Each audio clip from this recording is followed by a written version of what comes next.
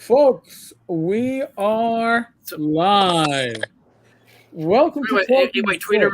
So to finish the story, Skeeter still has the ankle bracelet, but he is not on meth anymore. And well, that's good. He's.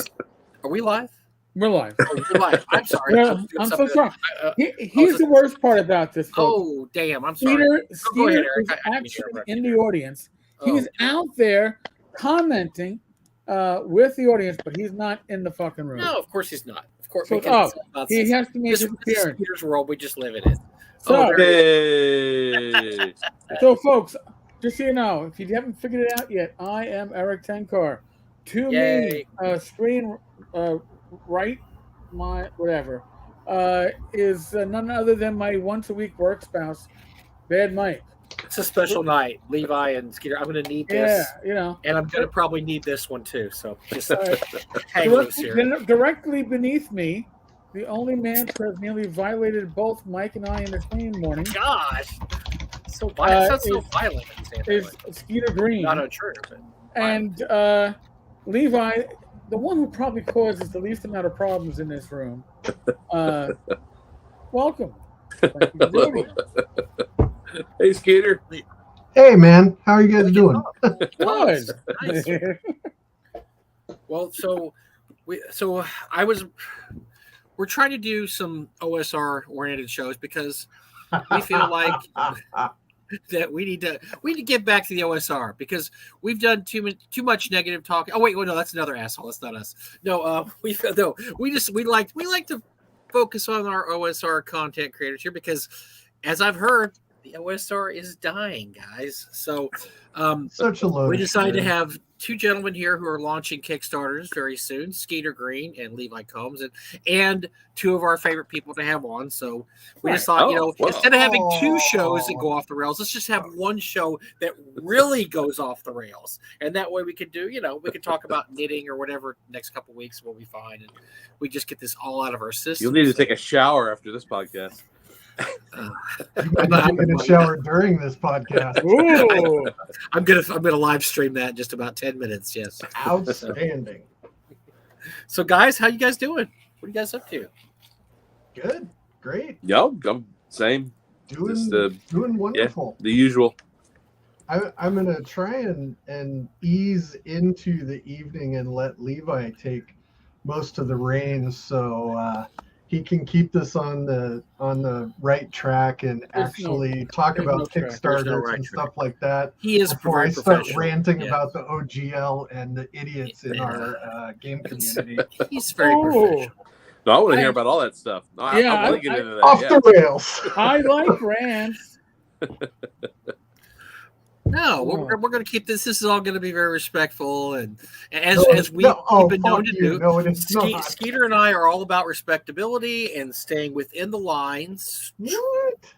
And we're going to keep this thing rolling along. Show. We'll have a couple laughs. We'll drink a little champagne. I don't know. We'll talk a little baseball, probably. We're just going to be. It's going to be very respectful. How about that judge guy? I mean, it's that's it. We're not going to go. We're not get too crazy here. No. We're going to talk about the Seahawks and, let's don't talk about God, please no. Hey, you know what? Russ looks terrible. You might have dodged a bullet with that one, not re-signing him. Ouch. He looks bad. His issue is coaching. You give them 6 games, they'll start picking it right up. Oh, I should have dropped him off my fantasy team yesterday, then, is what you're telling me. I mean, you can. It's going to take a while for him to get his legs under him, but yeah. All right. Hey, can we stop the sports ball? I'm just talking about Kickstarters? Telling you, we're just talking about regular things. We're just regular guys here. Come on, man. We're talking. No. So you guys both have a Kickstarter coming out soon. Who wants to go first? Who has the Kickstarter coming out first between you two? I don't know when Levi is doing his. Yeah, yours is on the 3rd or the 4th. Mine's on the 11th. So okay, that means Skeeter, talk to us about what just came out and what is coming out, because you've had a interesting little release schedule here. Yeah, so I've been doing. This is part 5 and 6 of the Valley Out of Time Kickstarter. That's a series of small zines. They go anywhere from 20 to, I'm finding out, 60 pages or more in part 5. I went overboard a little bit. But yeah, I wanted to do a series of adventures that were like Frank Frazetta painting coming to life in your game. So all those pictures that we've seen of the barbarians with the sharpened stick and the T-Rex and stuff like that. It's a lot of that stuff. Very low magic, very gritty, survive by your wits type gaming.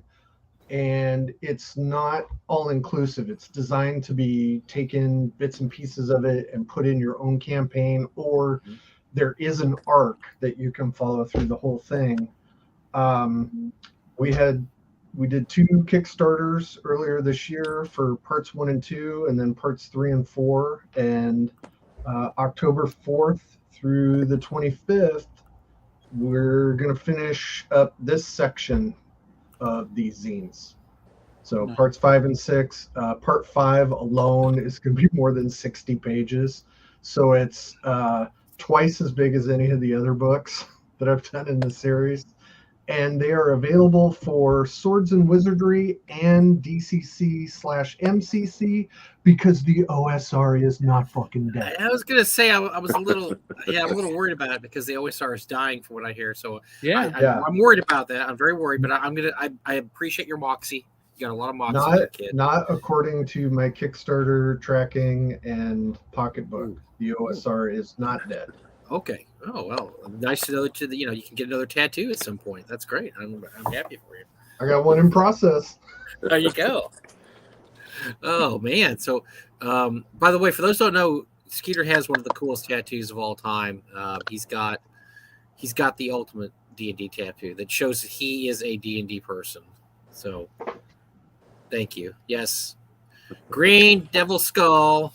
I didn't recognize it when he had it on his, side. Well, I'm not gonna jump up and crotch shot everybody with. I was afraid. Yeah, right I thought off it was. The bat. Listen, I'm gonna save that for later. We're just glad you're in clothes, man. That's all. That's part of the whole shower scenario we got going on later. Oh, I'll talk more about this later. Yeah, we got the Apple iPhone because you need that camera. That's weird. Jen Glazer is sending me a private message about that. Oh dear God, Jen, no, boy. We're not. No, oh no. Does Zach knows that she's on the internet right now? Wow. Is she? That's steamy. That is some steamy stuff there. Wow. So the Kickstarter, I plan to do it so I could start a little bit earlier in October, but still go through Gamehole. Levi and I are going to be at Gamehole. Oh yeah. I'll be there with the Independent Publishers Union, and Levi is a member of the Independent Publishers Union, but I think he's got his own table this year. Well, it's the same as last year. He's going to be the big kids table. He's not the little kids table. He's going to the big kids table. No. That's so cute. So we got sweet. The way things go. We have to split up. We're Independent Publishers Union has got relationships are awkward. I know right now. Yeah, you have to split up. So the IPU has gotten so many titles that are now available through the 5 different companies. We need more table space. So it's really been a great experiment. I'm super happy with everybody who's in the IPU and the effort they've put in and the continuing great products. I mean, if we were a little more serious about it, we'd be able to challenge some of the mid-tier publishers on content and product. I mean, so we've got our friend Levi here. We have Jeff Talanian, correct? Is one of the other members. Jeff Talanian, Ian Rocky, and Silver Bullet. Are they part also? And Jim Wampler. Oh, Mr. Wampler, of course, the Mad Wizard Wampler, yes. Mad Wizard. And frequently Tim Kask is sort of he's definitely an honorary member, but yeah, he parks behind the table and signs autographs and tells kids to get off his lawn. Get off my lawn, throw something at him. I'm kind of taking over that role though. Oh, good, yeah. You're getting there. I'm trying to ease it up on him. So yeah, that's the Kickstarter I have, October 4th through 25th. So give it a look if you're interested in dinosaurs or gritty role playing that's not super polished and, you know, done up for mass consumption like I have the games like. first book. It's great. It is. It is. I'm a sucker for Lost World pulpy stuff, and apparently you are too, Skeeter, because it hits all the right spots. For I love the you wake up, or your boat or your airplane. Well, not an airplane in this case, but your boat crashed to somewhere and you're on an island and you got to get. And you don't know where you're at, and that's why I love Isle of Dread. It's awesome. Got an Isle of Dread vibe. It's great. That's actually the story elements of the encounters could be used for something like that. If you wanted to play a pulp era Call of Cthulhu game, pretty much everything as it's written, except for the game mechanics, would slot right into something like that. And I tried to do that very specifically so you could use the story in a Savage World game. You could use it in a superheroes game if they go to the Savage Lands. You know, it has usability beyond just the Swords and Wizardry and DCC game mechanics. So I'm a firm believer that mechanics don't make the game. The good story makes the game. If you can run anything, if you file the numbers off and put other mechanics to it. I mean, you have your people out there that oh, it's not 5e. I don't want to run it. Look, anything can go. Yeah, the only thing I ever had trouble converting was Pathfinder, but the story I could convert the story. The stats were always wonky to me because Pathfinder was a different animal. But everything else, I've been able to go back and forth on 5e, Swords and Wizardry, OSE. It's one to the other is not a big deal at all. I think things like that come down to an experience with the game. Like if you have 20, 30 years of DMing experience, you can take something written on a cocktail napkin and run a 4-hour game off of it. I say that because I've seen it. They have an event at TotalCon and a couple of other conventions called Iron GM, where you get 3 prompts as the game master. You get 3 words, and then you have to build an adventure on that and then run these people. And it's variable different game mechanics. You know, you can kind of pick one, but yeah, it's, you know, it's go time. That's I might have to pick your brain on that because I've always wanted to do something like that in North Texas. I had an idea to draw a map or to use a classic piece of a map and say, here's your map. I need an adventure, 30 minutes, hour. You need to write it, and then you need to run it, and then we're going to see who did a better job running it or better job. I mean, I've always thought that would be really fun. Yeah, that's absolutely something that could be picked up. That would be an easy, awesome charity event too. There's a great podcast called Old Men Rolling Dice.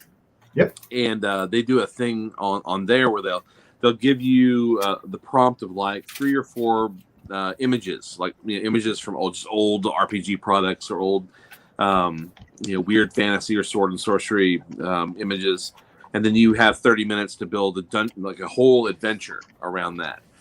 And it's pretty interesting. It's a lot of fun. Like you have to dig deep, and you end up, it just ends up going in some very strange directions. But Old Men Rolling Dice, it's a really cool podcast. Okay, I may have to work this one out myself. This sounds fun.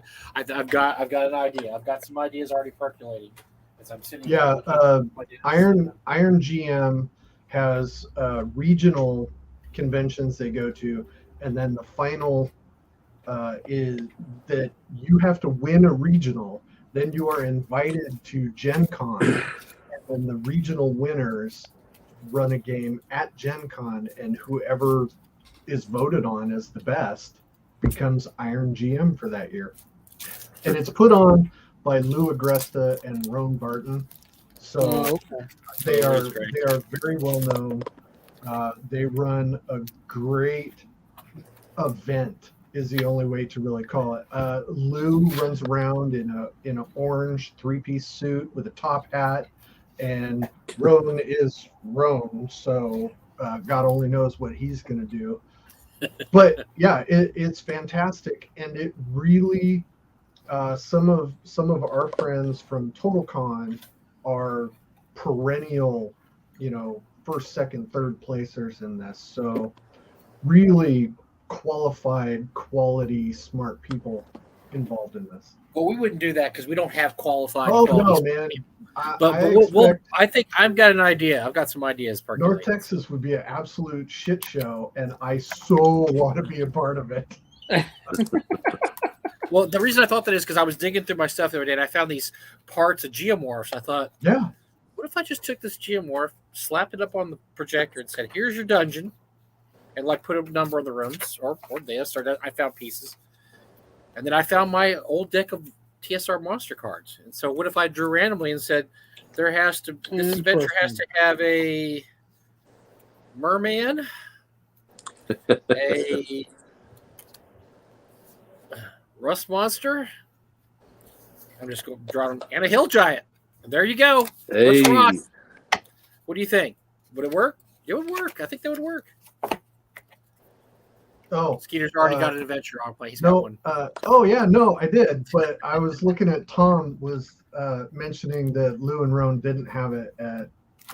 They didn't have Iron GM this year. But anyway, besides the point, that is call something else. I don't want to steal their Iron GM idea. I mean, nobody in gaming ever takes a cool idea and then makes it their own. God, that's what the entire game is based on. Yeah.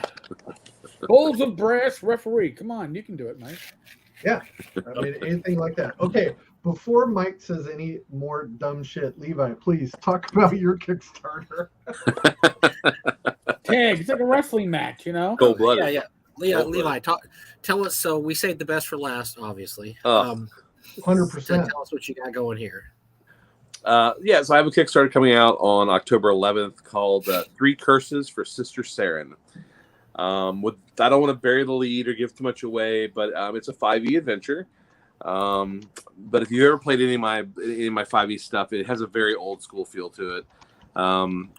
It's more of a almost all of them are more of sandbox adventures, or like hex point crawl kind of adventures, rather than it being hey, we start here, here's the middle, and we end over here. That's not really the way that I like to write adventures.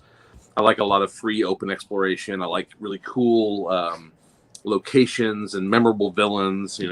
The opportunity for cool things to occur. I like to kind of set the stage for that. I don't write it in, but I like to set the stage for it to happen. So that's a lot of what we did with 3 Curses for Sister Saren. It's got a really heavy sword and sorcery vibe, real appendix in, but it's also got that weird fantasy vibe, like a DCC. Where it doesn't really feel like your classic Tolkien fantasy. And the other really big influence on it is again, it's something I put in a lot of the stuff that I write. Is I really like B movies and grindhouse cinema and exploitation films, and there's a certain subgenre of grindhouse movies called nunsploitation.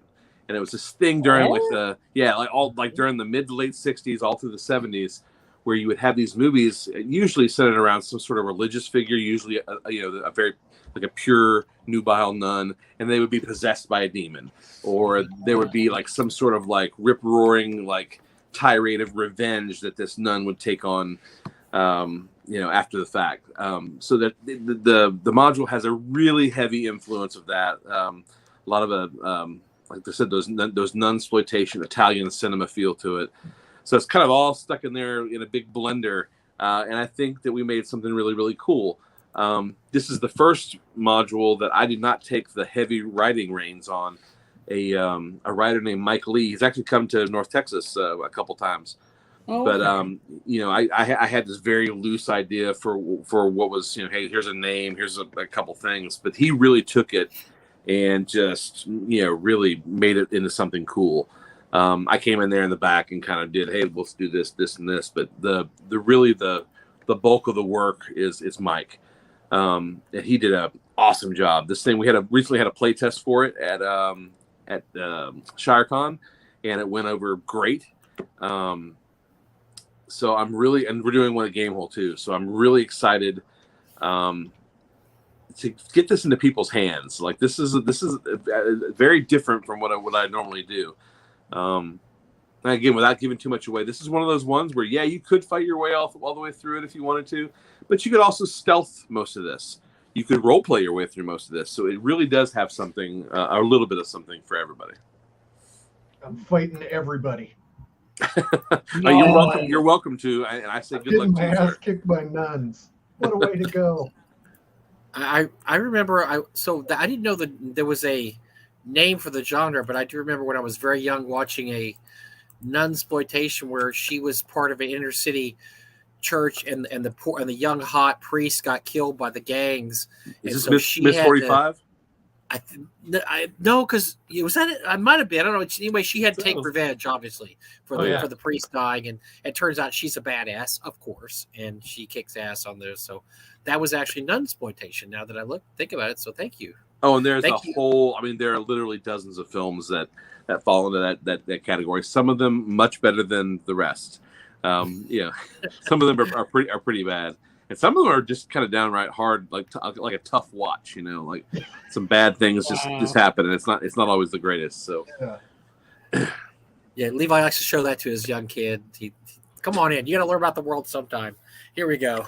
No, it's all Blippi and Bob the Builder and what is it? Bubble Guppies in this house. Yeah. Yeah, my grandson just discovered Blippi. That's dangerous stuff. It's better than Teletubbies. That's all I can say. Although he does watch the Masters of the Universe cartoon. He likes that. Nice. Well done. Well, I'm worried about you guys because you guys are doing this, but the OSR is dying. So yes. I'm worried that you're gonna put a lot of time into this. Oh look, Skeeter's getting all warmed up. I'm just worried for you guys. You're putting a lot of time and effort into this. It just doesn't seem to be any return on it. So I don't know. I what do you think, Skeeter? Actually, while I was waiting for the link to get into this, because it was taking I so sent the link at 7:45 New York time. You're telling me it got lost in the interwebs for 25 minutes? Yes, it did, because I literally got it 60 seconds before I got in here. So for whatever reason. Anyway, that aside, I have been watching all Eric's posts about the OSR and the OGL and 6th edition from WotC, and oh my God, the sky is falling, and it's kind of pissing me off. I mean, the reaction to this, I don't understand why people are bent out of shape about 6th edition D&D. First of all, it didn't take you by surprise. I mean, if you've been alive for more than 6 minutes, you knew this was eventually going to happen. Right. As far as WotC taking away the OGL, they can't take away the one that we have now. Right. That has been granted in perpetuity, and I am no lawyer, but I can read. So, we have that available. Now, as Eric pointed out, I think, in one of his videos, now they may drag their feet on an SRD. Which they already did. 5e, we waited a year and a half. Which, even if they do that, even if this is a 3-year drag out before there's an SRD, the only thing that affects is third-party publishers. And third-party publishers will figure out a way to release product. It may not be exactly compatible with 6th edition, but it's going to be close enough, because we already did this in 3rd edition and 3.5. Right. Well, as I pointed out, we're looking at WotC. WotC is already trying to cut out not just the middleman, they're trying to cut out the game store with their, hey, buy physical from us, we will send you the digital with in a bundle. And I'm sure that bundle is going to include the VTT. But I suspect, and I'm spitting at the wall right now, but I suspect that something like the DMs Guild, whether it is the DMs Guild, whether they still license it, whether they buy it outright, whether they create their own, is going to be the safe harbor for publishers that want to play, at least initially, in a D&D 1 world. And not have to worry about the SOD or the OGL. But the problem with the way DM's Guild is written is, like Rob Conley pointed out, if he puts his Black Marsh up in the DM's Guild and puts up a version for 5e, he can't have a version anywhere else. You can't sell the same thing in a different. So it's almost like if they did something like that, it wouldn't affect the small publishers. It wouldn't affect the people who are like you two. Well, Levi, you're writing for 5e, so you could be in that bubble and not really be affected. But Skeeter isn't writing for 5e, so he can still write for DCC and Swords and Wizardry and MCC and not be affected. But you couldn't overlap the two. You couldn't write for 1D&D and DCC, the same product. And that would affect people, publishers like Frog God and Troll Lord Games and such that put most of what they have out in dual or triple format. I just don't. The suits, the bean counters are always the ones that delay. We didn't get an OGL with 4th edition as a GSL, which $1,000 buy-in if you even wanted to publish under it. That kept out the riffraff. And then with 5e, it took them, I think it was actually 17 months to come out with the OGL. Years. Yeah. So I mean that, and rumors that I'm hearing is that same battle is being fought in the offices of Wizards of the Coast already over 1D&D. So let's do a little history lesson here. And Skeeter, I'm bringing you in because you and I are part of this history, because you were Necromancer Games started in 2000, 2001, and you were dipping your toes in there. So when WotC bought out wasn't my TSR, toe I was dipping into there. I hear you, brother. So when WotC bought out TSR, they were not doing very good sales wise. There was a big drop off from 2E, and it was a very moribund brand. And so 3E came out in 2000, and it immediately was a huge shot in the arm to the industry. It got real big, real fast, and the OGL was a big reason, because the philosophy of WotC at the time was, well, they did do a series of adventures. If you remember, there was that little series of adventures. They had like the Standing Stone. They did a series of adventures and they were kind of like they would go chronologically. Like one was for levels 1, 2. One was I think there were. That's all they did. They really were 5 of them or something like that. Yeah, and up to like 16th level or something. Yeah, they went all the way up there. Yeah, the Forge of Fury was one. There was some pretty good ones in there, but after that, they said, you write your own adventures, OGL. And so there was a huge glut of it. So many people were writing third-party stuff. It was crazy. So, but it helped the industry because people, and Necromancer Games being one of them, people had a lot of material to choose from. Mm-hmm. And they were able to just go and I always talk about how things were different when I was a kid, because you'd go to a convention or get together people, and everybody would talk about how they all went through Village of Hamlet, because everybody did Village of Hamlet, because only a finite amount of adventures in it. That all changed with the OGL in 3rd edition.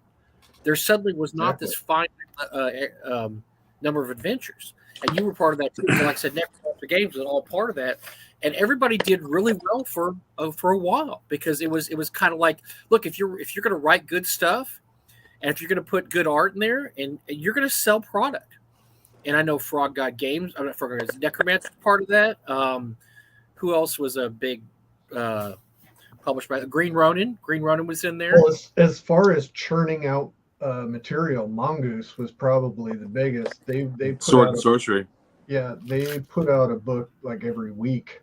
Right. Oh God. Yes. But see, so when 3rd edition hit, it was kind of a perfect storm, because at that point, everybody had a computer in their house, and word processing software made it much easier for people to publish and reach an audience. I mean, back in the day, in the 70s and 80s, anybody who put out, and Levi can speak to this, anybody who put out a fanzine for anything, you had to like assemble that and staple it yourself and write it out. Type it out. And do all this stuff. But now with computers, not only is it easier to write things and the quality of it goes up because, there's spell check and things like that, you can reach more people. And even if somebody gets it and doesn't play it, if they are inspired and they decide they're going to do a zine, then that starts building up and, sowing the field for getting this whole culture that came out of it. And what happened with 3.0 is a direct ancestor to the whole 5th edition thing. Exactly, people getting bigger and more excited about it, and movie stars deciding, hey, I want to write a book. Or we start finding out all these TV and sports personalities have been D&D the whole time, but it wasn't obvious. And then, God bless us all, we got social media, and then it was just like worldwide herpes for digital content. Worldwide herpes. That's the name of my next zine. There you go. I'm pretty sure. WWH. Yeah. But so that was, tying it back to Mike's point with Necromancer Games, that was how a lot of us collaborated. We could shoot an email to somebody, bounce ideas off somebody else.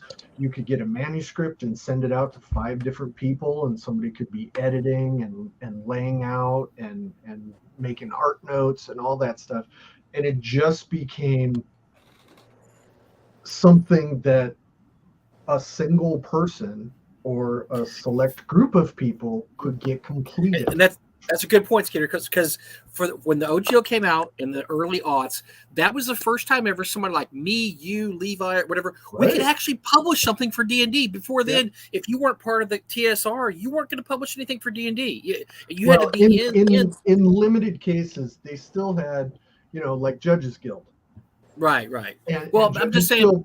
And Judges Guild eventually got a license, which is going to tie into this whole OGL situation at some point. Somebody's going to bring up licenses, and WotC is going to sell somebody a license that they can produce official content. That's my next step in our journey. Is that so? Third edition went great. 3.5 came out.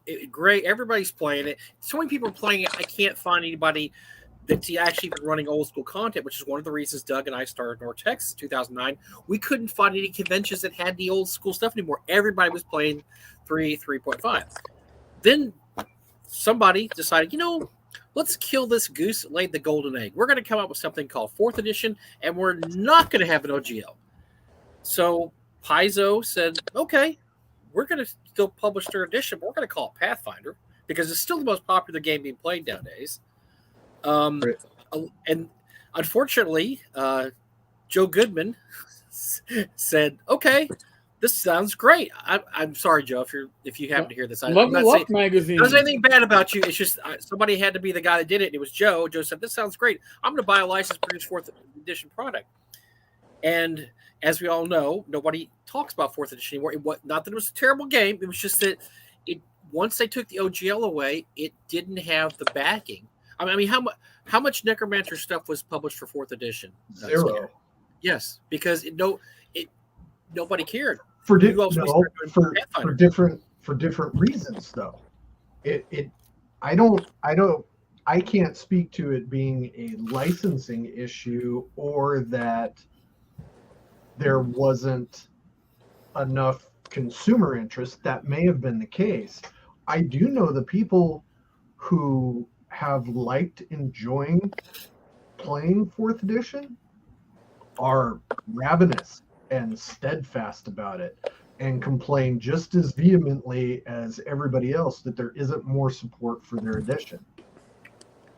I mean, there may not be a whole lot of them, but how many people are there out there that just play with the old brown books? But I think, Skeeter, I think it's safe to say that if there had been an OGL for 4th edition, it would have been a lot more broadly popular. Because I think one of the things that everybody latched onto was that, well, we're already doing 3rd edition product Paizo is basically doing third edition.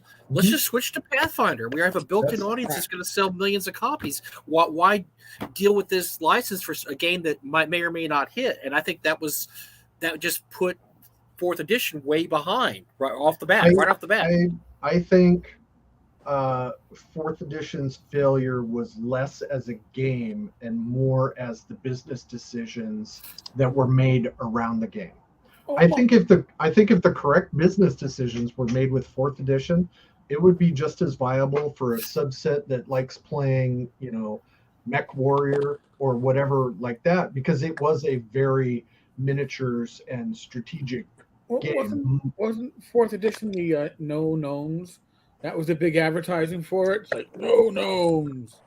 Oh, that makes me want to buy a game. But the miniatures that came out, the miniatures were great. The WotC plastic miniatures at the time were very nice.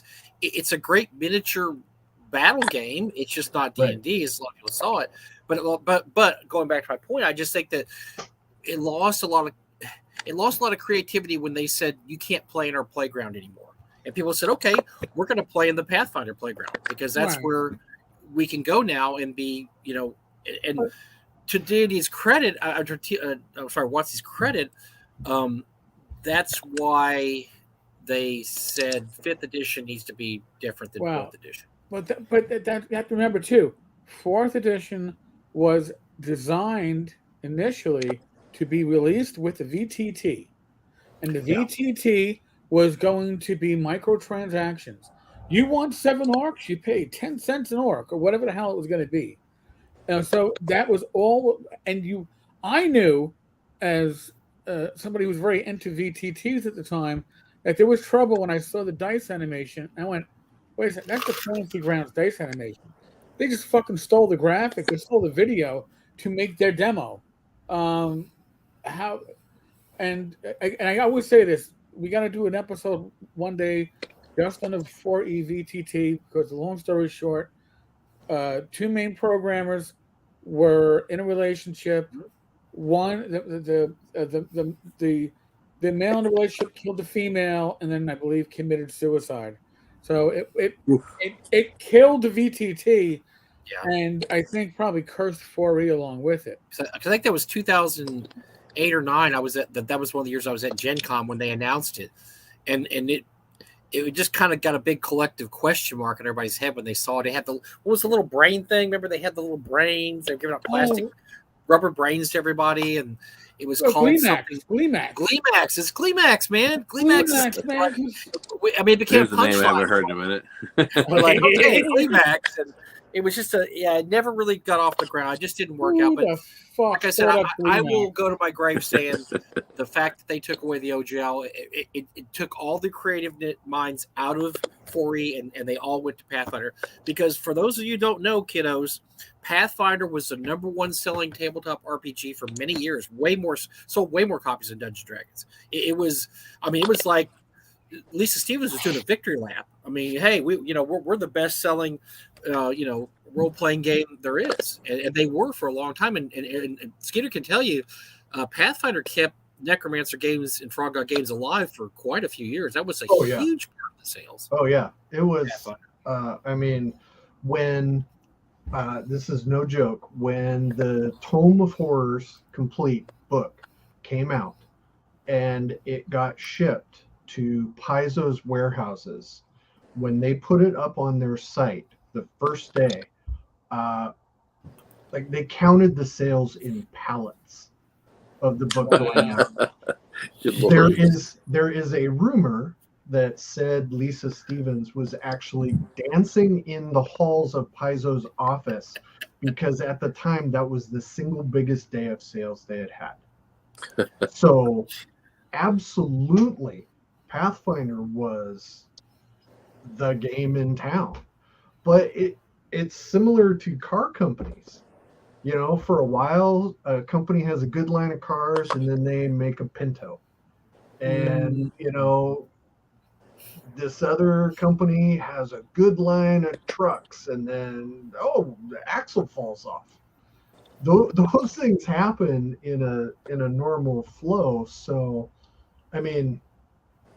I agree with certain points about what made 4th edition tank so badly. I mean, it's obvious it did not meet expectations. Right. Why it didn't is any number of reasons. Did Paizo grow from that faltering? 100%.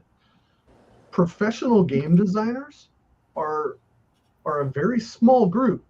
So a lot of people have worked at WotC and Paizo, and then back to WotC, and then Paizo, and then freelance, and then come back to work on a special project. So there's a lot of, as far as the creative part, there's a lot of community where people continue to work, and then sometimes they go out and start their own third-party publishers.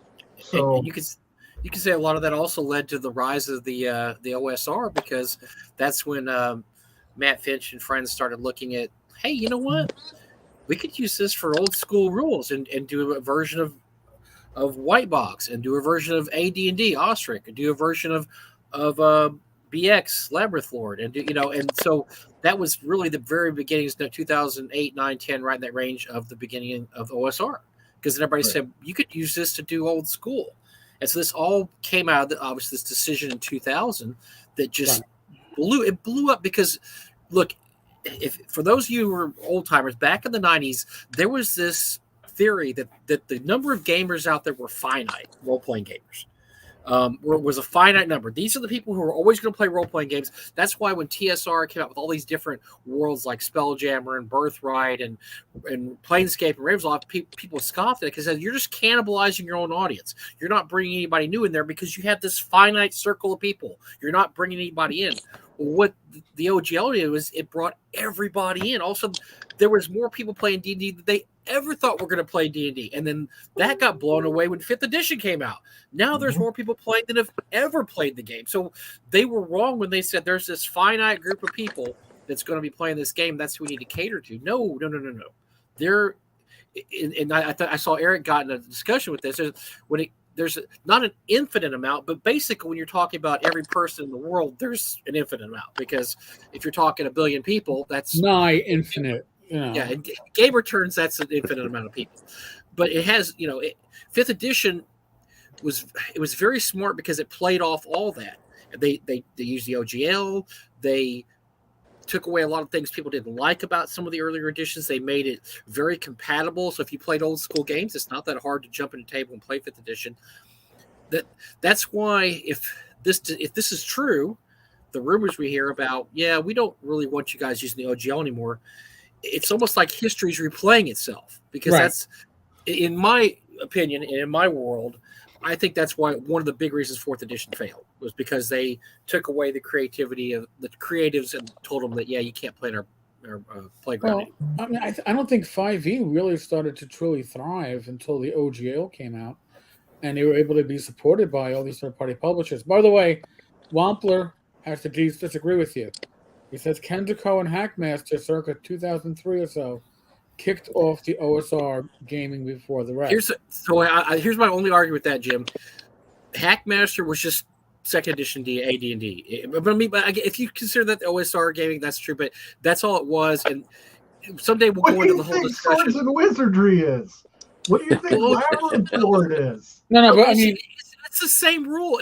There's no difference in rules because of the lawsuit that Kenzer basically won against. They got a full license to sort of keep it a parity, and they had to use the kicker hit points. I mean, everything was plus 20 hit points. Yeah, so yes, that is a good example of an We're early missing OSR. Castles and Crusades. Castles and Crusades also came out. Yeah.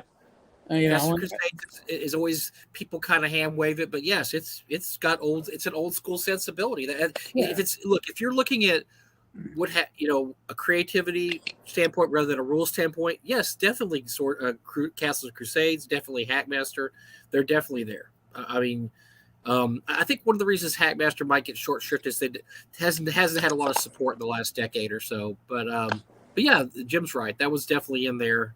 But it was basically 2nd edition D&D. It was, if you want to play 2nd edition D&D, that was the go-to game back in the early aughts because that they were still publishing. They were basically republishing classic D&D modules under Hackmaster rules, which was awesome.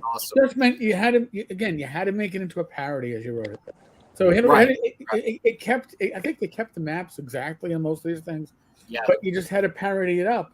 I knew a lot of people who really loved Hackmaster. I actually own a lot of Hackmaster. Was it 4Es? Really, they're 1E, whatever.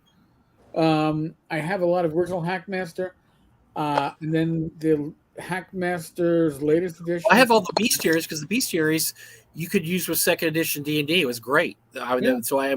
We still played second edition my group, so we bought all the bestiaries to use for our game because it had the exact same stats as second edition AD&D. So yeah, I mean, because what happened is that license expired, and that's why they had to reboot it as a new edition. And I think everybody enjoyed basically playing the second edition that was still in print from AD&D as Hackmaster. Wait a minute, I just got confused by something that Mike said. You mean you bought a product for a rule set and used it in a game with a different rule set? Oh my God, that is madness! Dude, that is so fucking OSR. I was probably drinking that heavily that day. No, yeah, that's the whole point. Yes, which brings us to today, and like I said, that the most successful game system ever written, 5th edition D&D. You can go on and on about why it succeeded, why is it so popular. I have all my own theories that everybody's heard so many times. I don't need to go over again. But basically, Critical Role, putting cocaine in the ink. That too, yeah. But there's a lot of cultural touch points there. But yes, the OGL has been an essential part of this spreading and in the OSR spreading as far as it did, because you have OSR games you'd never even imagined 10 years ago. I mean, crazy stuff. I mean, the winner of the Ennies last year was Thirsty Sword Lesbians. That believe me, that wasn't on anybody's plate 10 years ago. That was going to be. I don't know how many places it was on this year, but I mean, okay. I'm just saying, though. I know. It's all the same. We had macho women with guns back in the day. All right. What's wrong with Thirsty Sword Lesbians? They're thirsty. They have swords and they're lesbians. What's the problem? Come on. Give it the program, baby. Come on. It's the 21st century. But the only dispute I have for all of these excellent, well thought out, aptly prepared arguments that you guys have going on. We don't prepare shit. If 6th edition is a good game, but they don't have an OGL and you can't write directly for it, if it's good enough, it will survive. And the reason I know it will survive and prosper is because we have never had an OGL for Call of Cthulhu, and it's still here. Yeah, but you know what you have for Call of Cthulhu. You have licensed publishers for it. You have licensed publishers for Call of Cthulhu. Are they going to allow licensed publishers for 5e or 6e? If they do, we don't know. We don't know what they're going to do. No, but my assumption, if they're going to do licensed publishers, it's going to be in the DM's Guild. That way, they get 20% or 30% or 50% if they buy it outright, and they don't have to lift a finger other than saying, yes, use our material. You're publishing within hours, and we get half the money. That to me, the DM's Guild is in the long run a losing proposition for most publishers. Maybe if you hit the gold ring and you're one of those mithril sellers, you can afford to take the loss of the extra. Depends what your goals are, though. Right. If you want to write stuff in the Forgotten Realms, you got no choice. You got to be in the guild, because it's the only way you're going to get access to Forgotten Realms material to write it, because it's the only way you can actually use their copyright. So the rumor we heard. That's a problem right there. No, this is from extremely trustworthy source. Yes. Apparently, the last. Okay, so I wasn't told the name of the products, but I was said the last 3 or 4 products from WotC have tanked. Sales in below your toilet, somewhere in the sewer system below Seattle, where they have the other city. You built the city on top of the other city. That's where the sales were for stuff like Strixhaven. What was the anthology book? whatever No that idea. one was. A Spelljammer. Oh, Spelljammer, bad. Rainbow Citadel. Yeah, Radiant Citadel. Yeah, Radiant Citadel. I got a Spelljammer box right up there. I got it right over here too. I bought it because it's going to be a collector's item because there's not going to be any more flying monkeys in the next edition. Flying monkeys. No more flying monkeys. Oh my god! So I heard this was an impetus because if you're a big corporation and you do something wrong, you never blame yourself. It's always somebody else's fault. It's not, well, we put out really crap ass product or we just did this wrong. No, it's always those guys over there. That's Levi Combs is why we're not selling more stuff. That's Skeeter Green. That Citadel stuff, that's why we're not selling enough stuff. We need to get rid of these third-party publishers. Now, I'm just saying, this is what I've heard from a trustworthy source. Any response to that at all? I mean, sounds ludicrous. I know. It sounds ludicrous that you guys could affect the sales of WotC, but I've heard that's what they're penning. I don't even affect the sales of Levi stuff. I am so No, that's completely bogus. Yeah. That is, yeah. No, if anything, all the small publishers out there cranking out 5e content, they help. It helps the sale of the core books. What it's worth, this person. It keeps the game in the zeitgeist. Right. It help. Yeah, all it does is help. Like it really is if you look at it from the right perspective, it really is just a rising tide. Like we all benefit.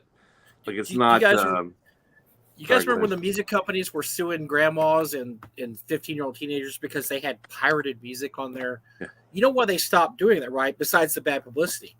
There was a study by either A&M Records or one of the music companies that found out that pirated music actually led to more sales because people who heard a pirated tune would actually go out and buy that music. So that's why they quietly disappeared that program after they sued a bunch of 65-year-old grandmas and a bunch of teenagers because it helped them. It actually helped. It wasn't hurting their sales at all. This pirated music. I mean, so there has been this classic argument from large game publishers that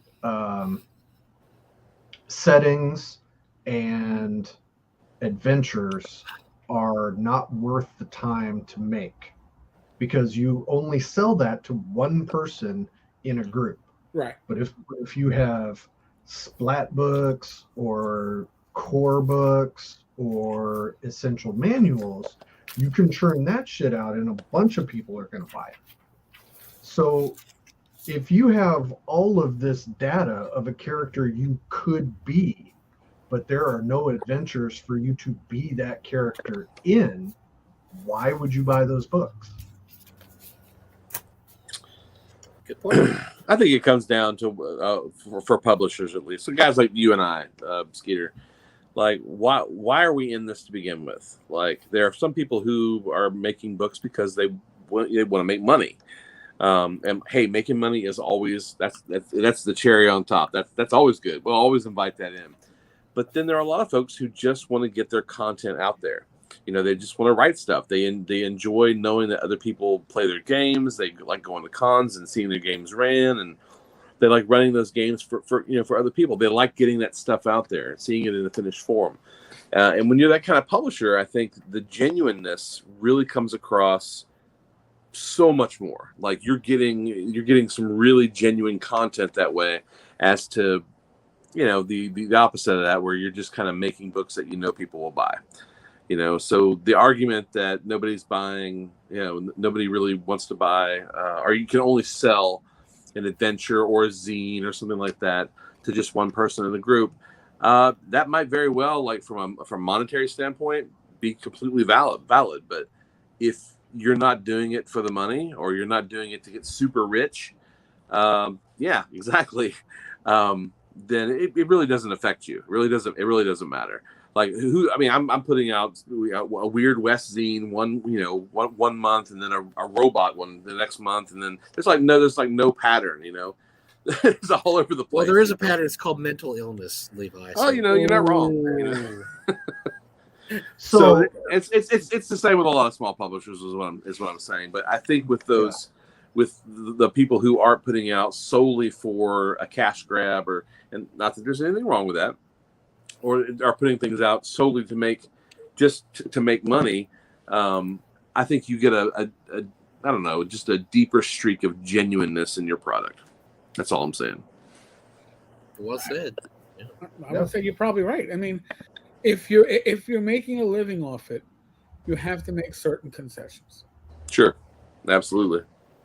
You know, and if you're doing it as a hobby, you don't have to make those concessions. Well, as an example, I know that Alex Kamer and Ed Greenwood last year put out their Thay book, and I know Alex loves the Forgotten Realms, and he's a good friend with Ed.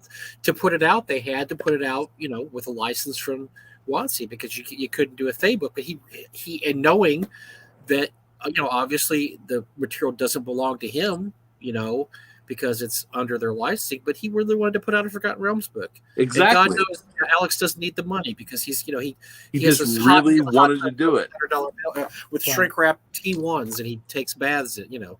He has a shower. He pulls it down, and shrink wrapped S1s come down. Listen, every game designer or module writer or small pub, we all have bucket lists, like in the back of our head, of things we want to do.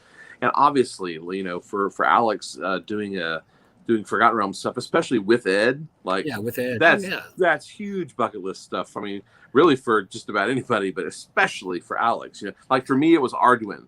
Getting a chance to write some Arduin stuff was just like, that's so high up on my bucket list.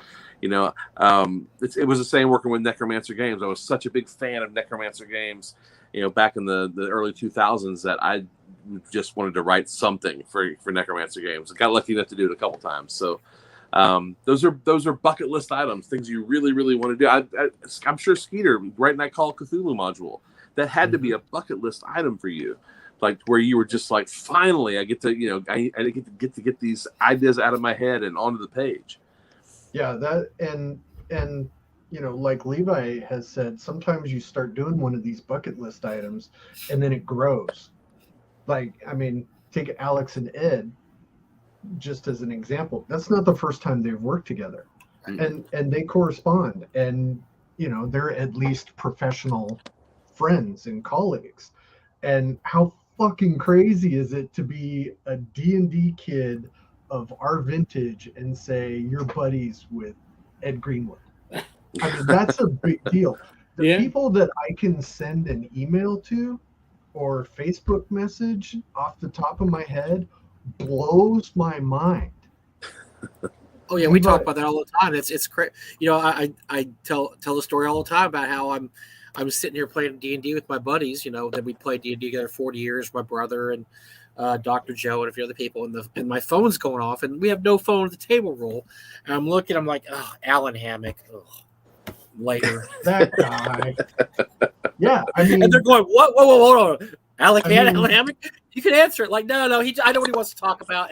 We got something going on here. Let's just do this. And honestly, it's even crazier for Mike and Eric, for the people that they have contact with, even blows me away. It's still, as many people as I know and have met, right. You guys have an even wider net of the holy shit, I know this person, Yeah, I guess. I it doesn't necessarily feel like that. I mean, by the way, there's a comment there for you. What did you write for Arduin? And just so you know, Emperor's Choice is in the room. So. Yep. and then Eric, George said he might be stopping by. Eric, I sent you a link to if you could post that link. Somebody asked, "Is the Thay supplement any good?" I think it's good, but if you want a link to it, I sent the link to Eric. Eric will post a link to that Thay supplement. It was written with a lot of love, and it's written by Alex and Ed, so it can't be bad. But I mean, it's very good, actually. It's very, very good. Yeah. Alex can be a skosh particular about things, so it's well done. Yeah. It's very charming. I mean, the guy does write for a living, so yeah. Yes, tell us about your Arduin days, Levi. I again, it was a bucket list thing. I guess the Arduin guys, they saw me on your podcast and they heard me talking very passionately about Arduin, because I love Arduin. I really like the lore surrounding Arduin, and I really think it's the predecessor to Planescape, to be honest. Like, I think there'd be no Planescape without Arduin. There's so many. The two of them have so many things in common.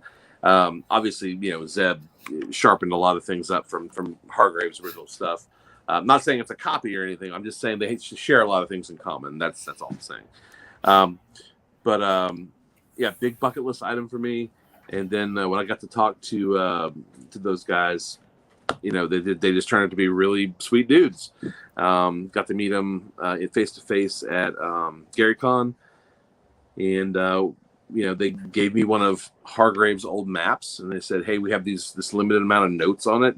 Just kind of, and they gave me the freedom. They just said, "Do your thing, like go, just go and make this adventure yours." And they gave me all the tools, all the freedom, everything that I needed to write an adventure. So I took one of Hargrave's old dungeon maps and created an adventure around it. And it's been kind of a collaborative thing too, because Dave and George have really, anytime I have a question about Arduin lore that maybe I can't find, or I have a question about something, they're right there to guide me back on the track. So I've turned in my first draft for a module for Arduin, and we're kind of going back and forth on it and going to sharpen it up, and then when they get into the position to start releasing modules, then hopefully that one will get released. I could not imagine a more perfect person to step into that role than Levi. Just for some crazy stuff, man. I get instant messages from Levi about, "Hey, I've got this character. He's a Twinkie in a cowboy hat. What do you think?" And I'm just like, it's 5:30 in the morning, man.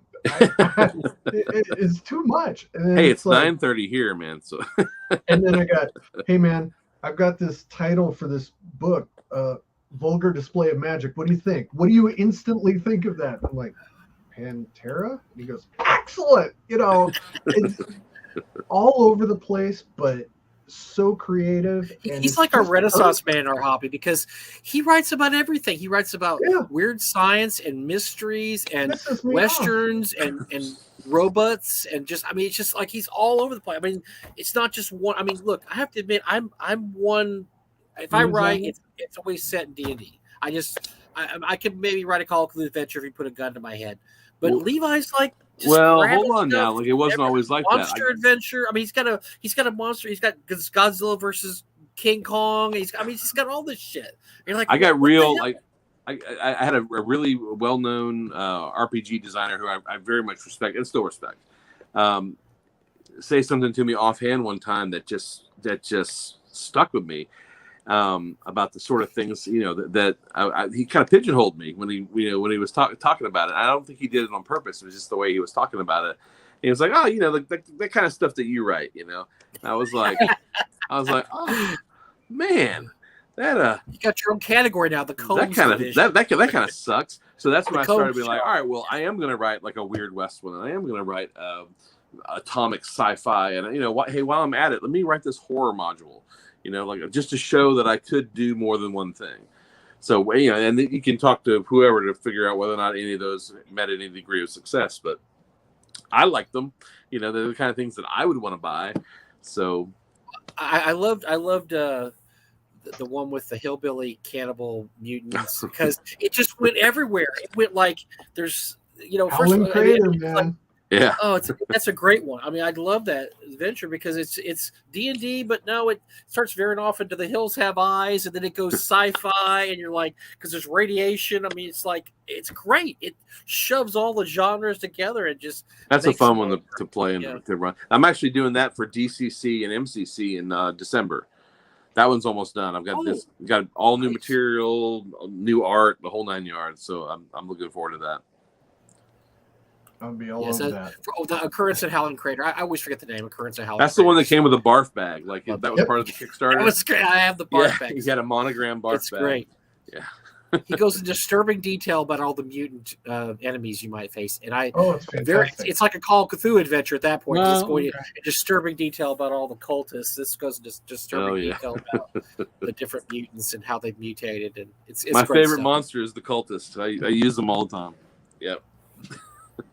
Cultists But they're are a great. family. They're a family. They might be mutated. They might be a little out of line. They might be cannibals. They might live in a crater, but they are a family, Mike. A family. Well, yeah, we got, of It's course. a family story. Sweet. It's beautiful. That's what it is. So I actually want to ask Eric a question, since he's been doing all these posts about the OSR and the OGL. Yes.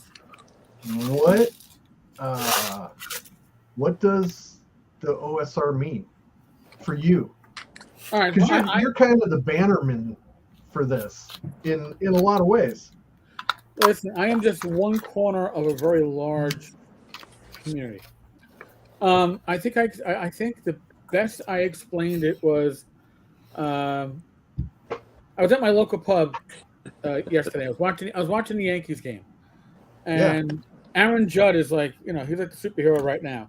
He's leading in average, RBIs, home runs, runs scored, and everybody. We're at the pub. We were there last week on a Tuesday. We saw him hit his 60th home run, and everybody was like, "Ah." And instead, he got walked 4 times, and yet the Yankees clinched. So you took out the best player from the game, basically. Well, I think he actually scored 4 runs. Every time he reached base, he scored. But it became not the one person. It became the team. It became the group. It became everybody doing their little bit and piece. It became everybody's got a role. Everybody's going to fill their role. I think a lot of times, starting with 3rd edition, one character could fill multiple roles and be a superhero in more than one direction. Whereas classic gaming, you have your specialty. You might be able to jump off a little bit in a little bit different direction, but you don't have the gestalt. You don't have the character that can do everything. Judge can do fucking everything, and without him, they clinched because they pulled together. Everybody did their part. To me, that's what the OSR style of gaming is. It's every character is necessary. Every character is useful.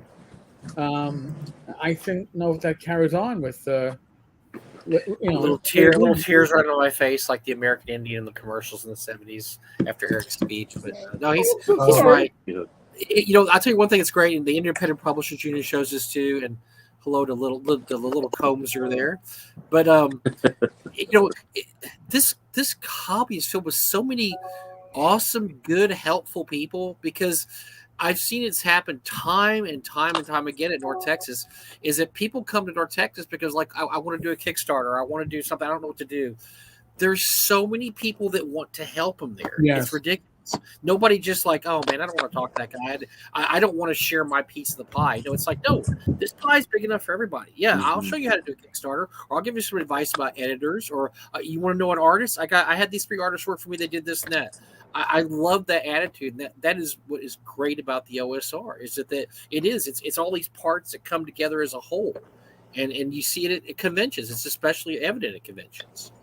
That was I was just talking to somebody about this, and that was kind of the original impetus that Zach and I had for doing Goddamn It Zach as a YouTube channel. We were just shooting the shit, and we had just talked to either Errol Otis or Tim Kask or any number of these people at North Texas that you can run into all the time. It's ridiculous. Steve Marsh, sit down and have lunch with them. I mean, it's Nutburger. So we were just throwing it back and forth. It's like, we should really pass this on to somebody who doesn't have the opportunity to come. And let's talk about these products. That's what Zach wanted to do on the YouTube channel, is since he's got such a huge collection, is just pull some stuff out and show it off, and we talk about it and just go off on our inane rants. But then as we started actually having some good ideas, and I think it started with him, with people who were coming into Frog God Games and him having to show them how things go, we just decided, why don't we do this as a panel? Right. And then we did it one year at North Texas, and people showed up, and then they asked us questions, and it became so interactive. And after the fact, people came up and said, that was so awesome. I love that people do this. And like Zach says all the time, go up to people and talk to them. That is a very OSR convention thing. It's like, nobody is the Tom Brady sitting behind a table that you cannot approach. Right. Like, yes. Like that's I'm very the true. I'm the dude picking up towels and bringing water to people. It really starts to get to be a family, and you don't like everybody in your family, but you if somebody picks on them, you would go stand up for them. I mean, look at some of the most successful people. I mean, I don't want to break people down to most successful or whatever, but you look at some of the top names in our hobby, or at least in the OSR hobby, and you got people like Matt Finch and Jeff Delaney. They're super approachable guys. I mean, these are guys you sit down and have a beer with, and you're not in like, oh my gosh, Jeff Delaney might be a little too approachable. Listen, both of those guys in particular, on my very first Kickstarter, reached out to. I mean, I got hooked up with those guys, and they didn't know me from Adam, and they both helped me without any expectation of anything else other than, hey, you like games too. Here's what we did. Right. And so yeah, Delaney and Finch both, man. Just Well, I mean, I just threw those names out. I didn't mean to. No, but not say somebody else. I'm just saying two of the biggest published names, and right. and that's what you see in all most of these conventions you go to is these guys. Well, we just had Raggy on last Friday night. He was a blast, wasn't he, Eric? He was funny, and he was talkative, and the guy's created a whole freaking industry of horror / weird, crazy stuff that great production values. It's weird shit. It's not everybody's cup of tea. Right. That, but he created this whole thing, and he's just a dude, man. You talk to him, and oh, by the way, I have follow up, Eric. I don't know if I told Eric this or not. I think I did. I did contact James about coming to North Texas next year. Awesome. Wow. Okay. He is interested. Cool. He's very interested. I talked to Gary. Gary said, "Okay, so we're gonna try to work this out. We may have a James Raggy sighting in North Texas next year. That would be awesome because that'd be great. But yeah, he's just and the funny thing was I look back on our Facebook page, because it has, if you don't delete your old conversations, they're all there. I've been talking to Raggy since 2013. I mean, back and forth, hey, I love this product. Hey, I got God the Monolith. That was awesome, and just back and forth just to ask. And he's just a cool dude, and that's 95% of this whole thing of the OSR. It's just these guys that are willing to help other people that you can talk to, that, and there's no big ego battles going on for the most part, There's a handful of egos, but they're you sweet man. You are absolutely doing it. I'm trying to keep it light, brother. By the way, Skeeter, you got a question. Pull the bandage off. What's that? Are you guys still doing goddamn it, Zach? It seems like it's been a while. I'm glad Sean asked that, not me. We haven't done it just because Zach and I both have become such busy boys, but it's not out of the question. Okay. It's certainly not over. No, Sean, we need to touch base because I have some things I want to talk to you about, because Sean is an awesome. Sean's an awesome dude. He is a huge guy in North Texas. Everybody knows if Sean's seen him, and he has. I got a Sean story. Oh, he wants to. He approached me about sponsoring Raggy, which is awesome, and I'm going to try to see if we can get 5 or 6 people to help us chip in. We're looking at plane ticket price right now, so Sean, I'm going to contact you about that. But that's the kind of person we have at the con. They're just everybody goes North Texas is awesome, and they're like that. They're like, hey, how can we help this happen? So, Sean, I'll probably be contacting you in the next few weeks, and we'll figure out something. I know Getty talked about it too. Getty wants to kick in too. So, but sorry, no, didn't mean to interrupt. Sean's awesome though. I just want to let everybody know. Yeah. James Seymour has plus one for Sean. Yeah. Will a system less product series like City Books ever be popular again? And it's yes. It's a tough one because I've seen people. I disagree. I think people ask about like systemless adventures. Systemless adventures don't work well. Honestly, God, you're better off finding a system and converting it on the fly than taking a systemless one that doesn't have an identification as to what your PowerPoints are. But City Books are awesome resources that are essentially system neutral. I personally think most urban environments would do very good as a systemless or near systemless release because it's usually less about getting into combat and it's more about interacting with the NPCs. And if you're interacting with NPCs, you don't need to know what level they are and how many hit points they are and all that other shit. So if you need it, you're Have you been in a game, Eric? What? Have you been in a game? PCs will start a fight with a rock. My group, when we play, we have Joe the Lawyer. Joe the Lawyer just likes to shop. I swear to God, he must have been I was gonna say something.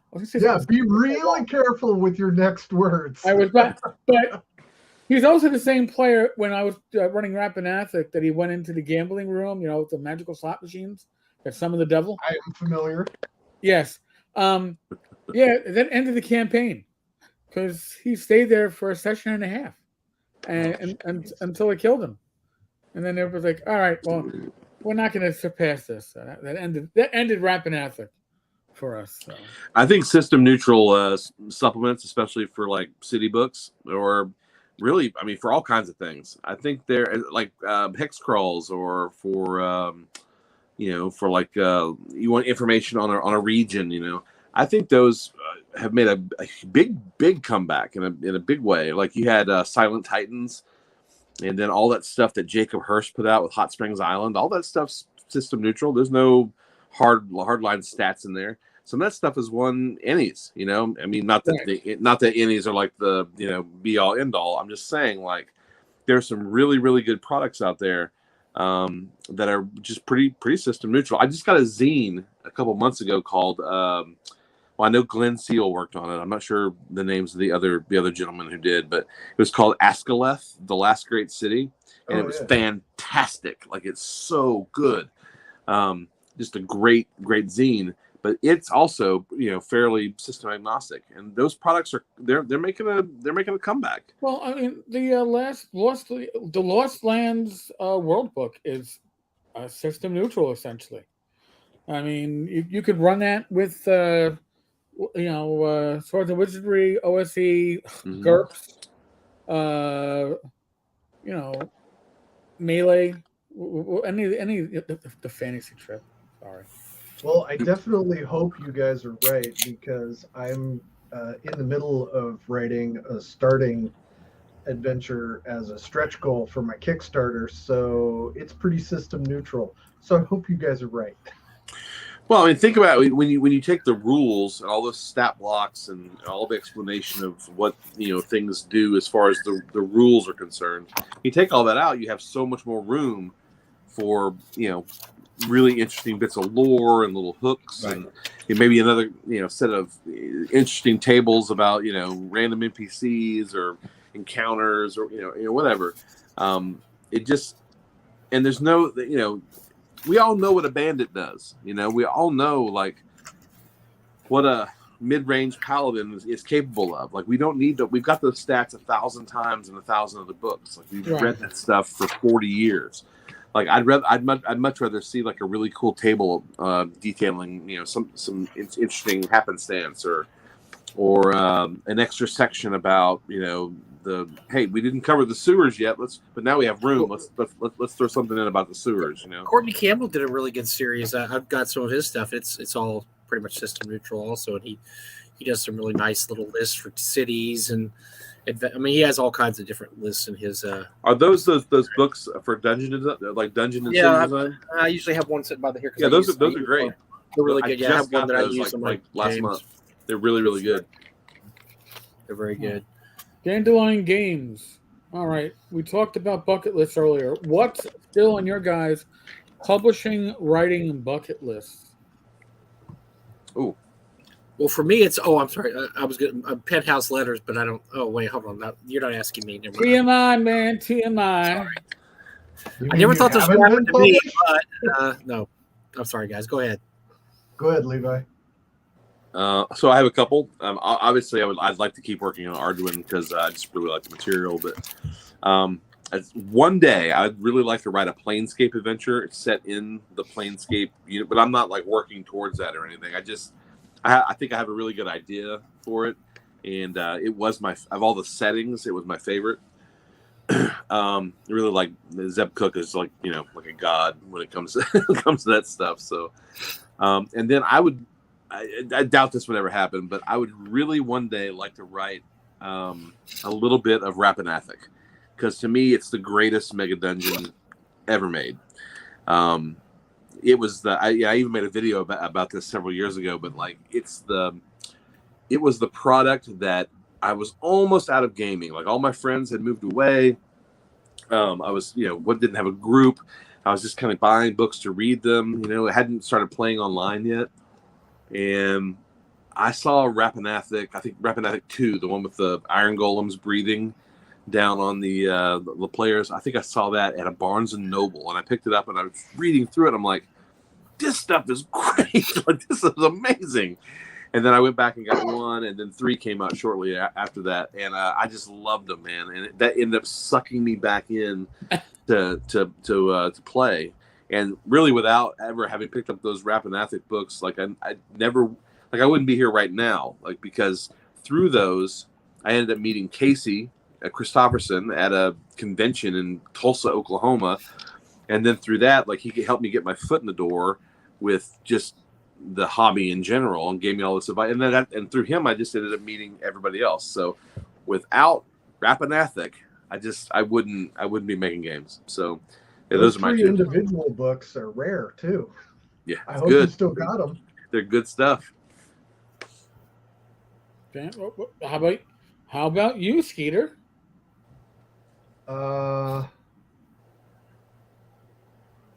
think at this point right now, mine is super cheesy, but what I really want to have is somebody that has gone to or been inspired by one of the small publisher seminars to put something out and win an award with it. Because if somebody could take that journey where they weren't sure that they could do it, and then they got inspired and they got the confidence to do it, and they are, the next big thing in RPGs. I'm not going to be the next big thing in RPGs. It's not going to happen. Right. But if I can encourage somebody to do it, that would be super cool.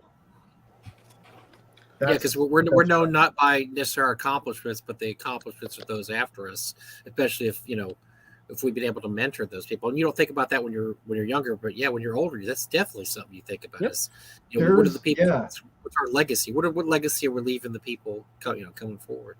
So that is something that I've been thinking about a lot since last June, and I don't want to make Mike start crying or anything, but when people are not around, the legacy they leave is powerful, and we need to appreciate those things more than we do sometimes.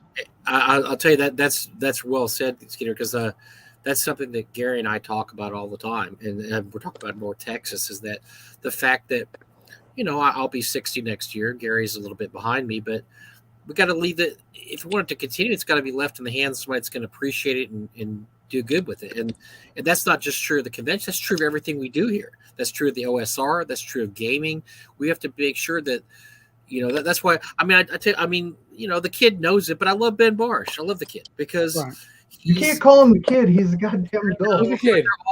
When you're 60, they're all kids, Skeeter. They're all, mine's 18. Our oldest grandson's 18 now. He's a kid, as far as I'm concerned.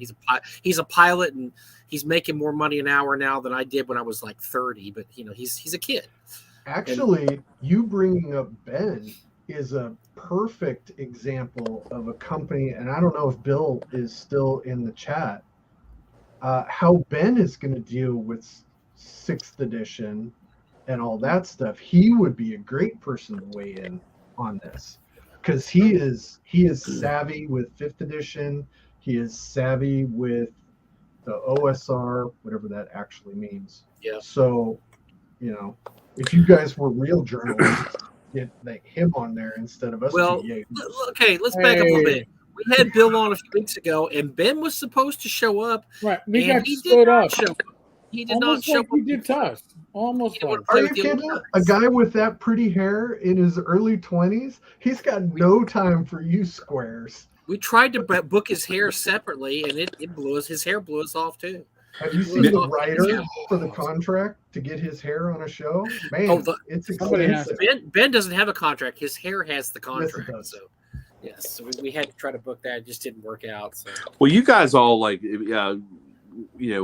Ben grew up coming to those conventions, so that's how you perceive him. That's how you see him. Right. I have never seen Ben as a kid because he's always just been a peer to me because he's always been a grown up since I've known him.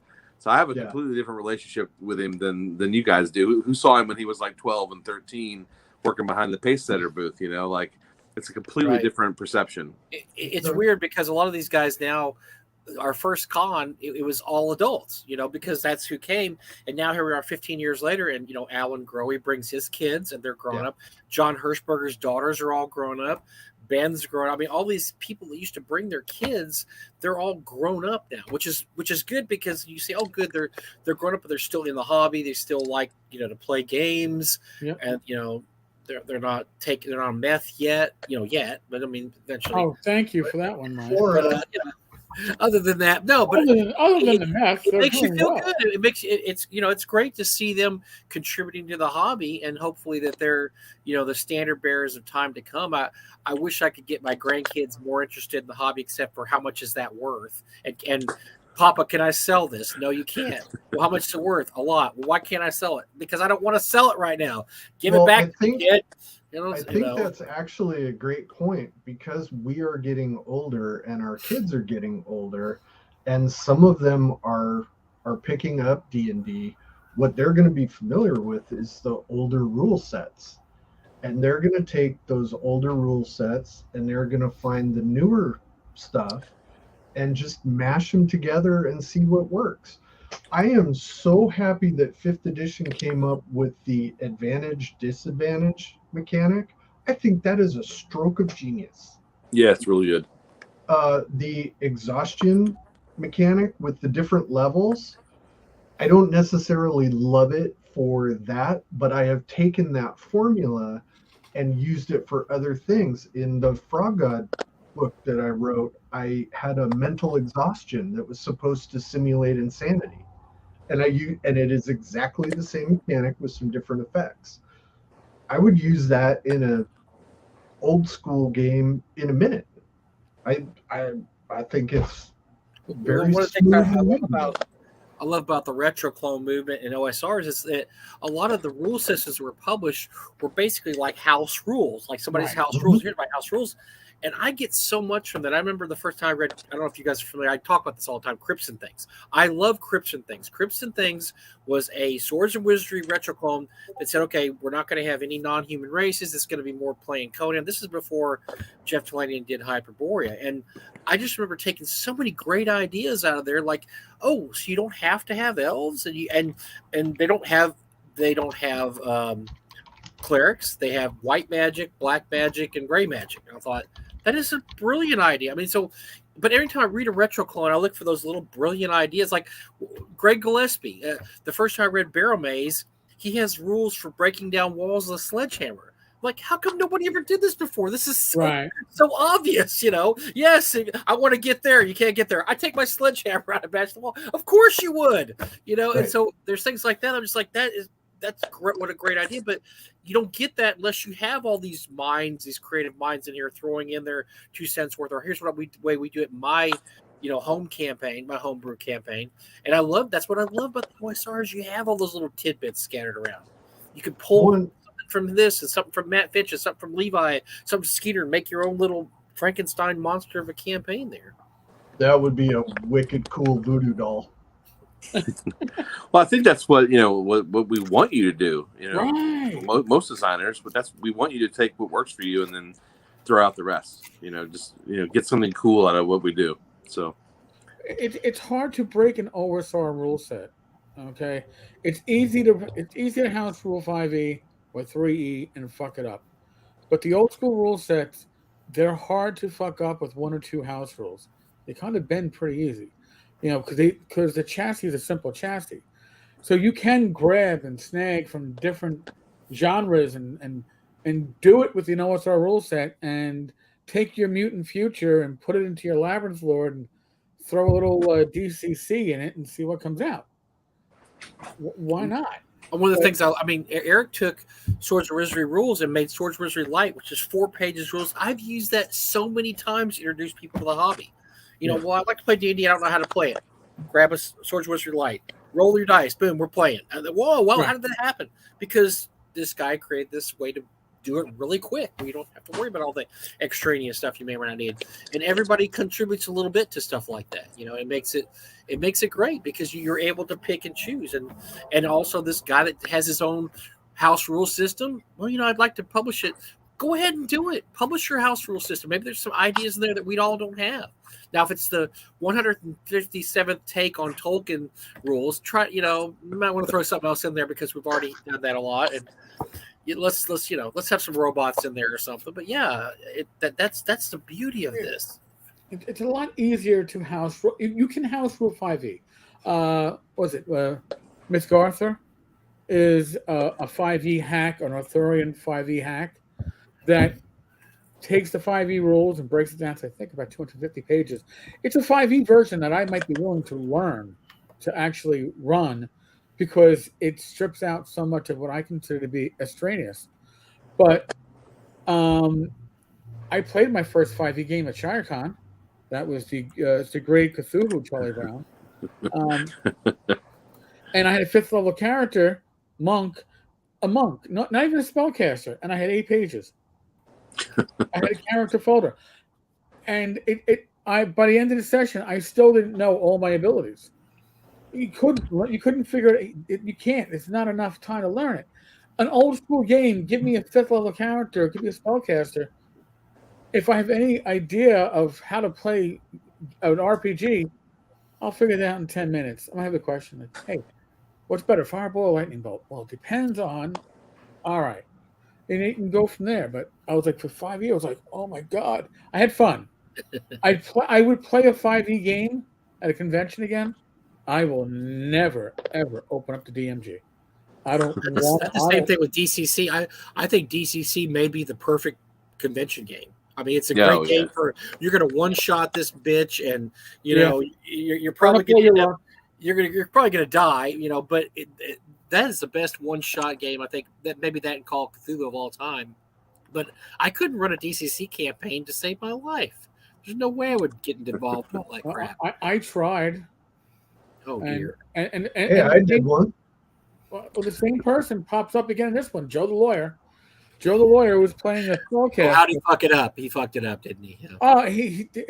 He literally, Joe is one of those people that everything has to be in a proper place. So if you move something in his apartment, he has to put it back to the exact millimeter that it was before you touched it. You put it down. And what's the worst thing about a spellcaster in DCC? You have no fucking idea what your spell's going to do. It's part of the fun. 3 sessions, that was it. He's like, I can't. I guess my OCD is coming out. I just can't do this, man. I can't handle it. Like, all right.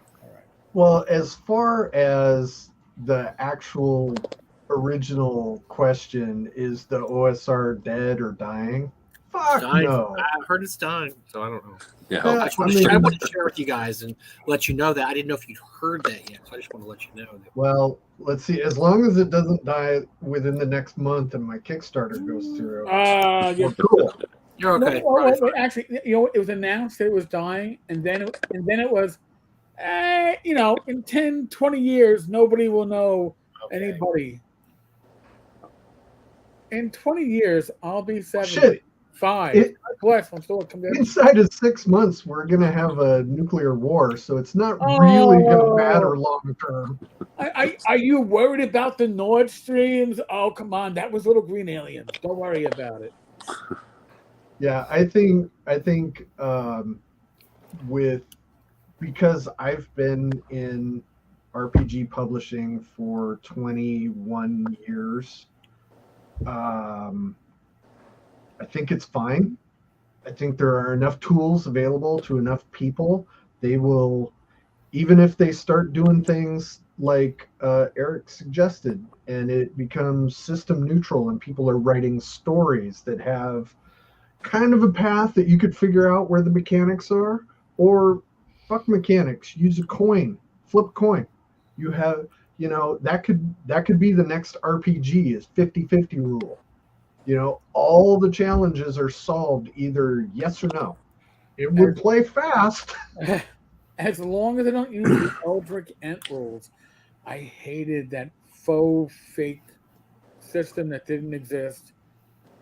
No, I think if you're gonna do it, you have to write it not necessarily in prose, but it has to be.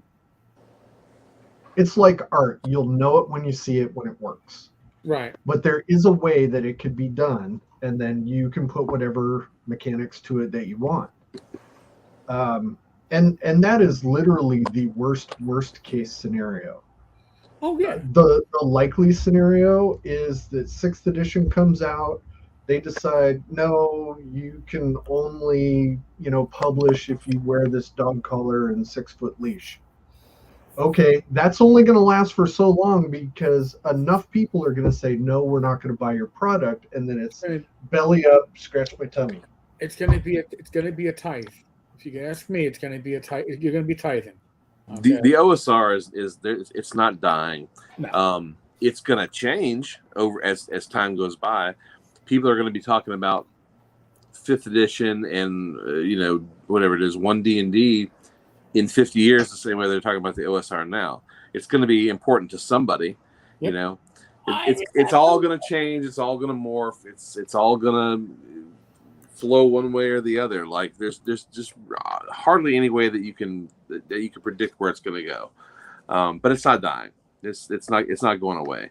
The same people who are saying, oh, the OSR is dead, long live, yada yada yada.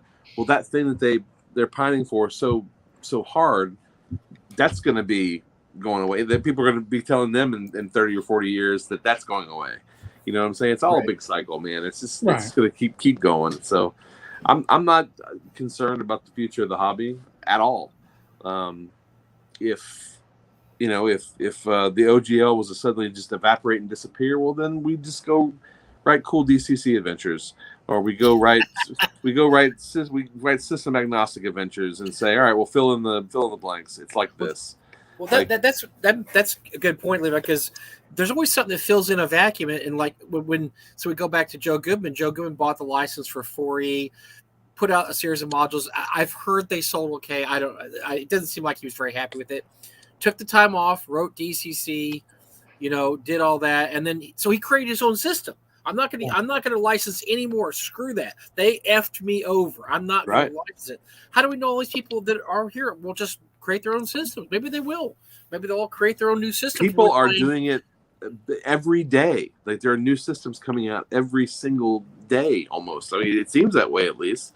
Like when I go and I look at Kickstarter for something like Zine Quest, half the projects are for new games, and some of them hit and some of them do really, really well, like, I mean, imagine look at Talanian, he's got what is arguably a retro clone, but good God, it's morphed into its own complete entire, system. It's really something special. So things are going to change, but it's not going away,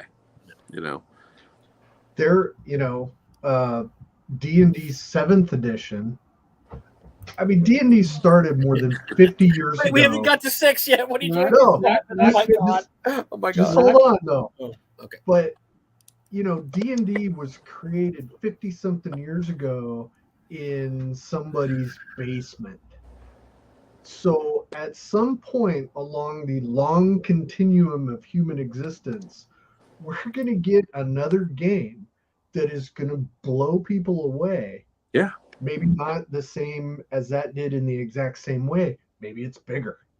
Maybe that becomes the thing where we get, input jacks put directly into our skull and put a wire in there, and it is the most immersive, amazing game ever.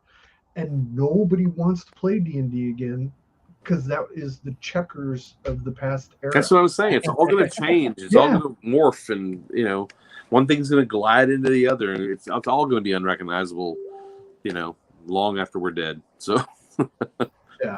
There's still people that play old computer games. You think, well, why would you play an old computer game? My grandson he used to bond with Doug. They would come over here and play shit like Red Baron. I'm like, why are you playing Red Baron? Oh, I think it's cool. He loves anything old, and Doug used to love old games.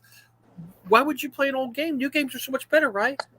But people do. I still plug in that Nintendo cartridge and play Zelda every now and then. It's not all just nostalgia, because my grandson has no nostalgia for Red Baron. He wasn't around in 1982, but there's something about that appeals to people that they like to do things that their forefathers did in the hobby, and they want to give it a shot.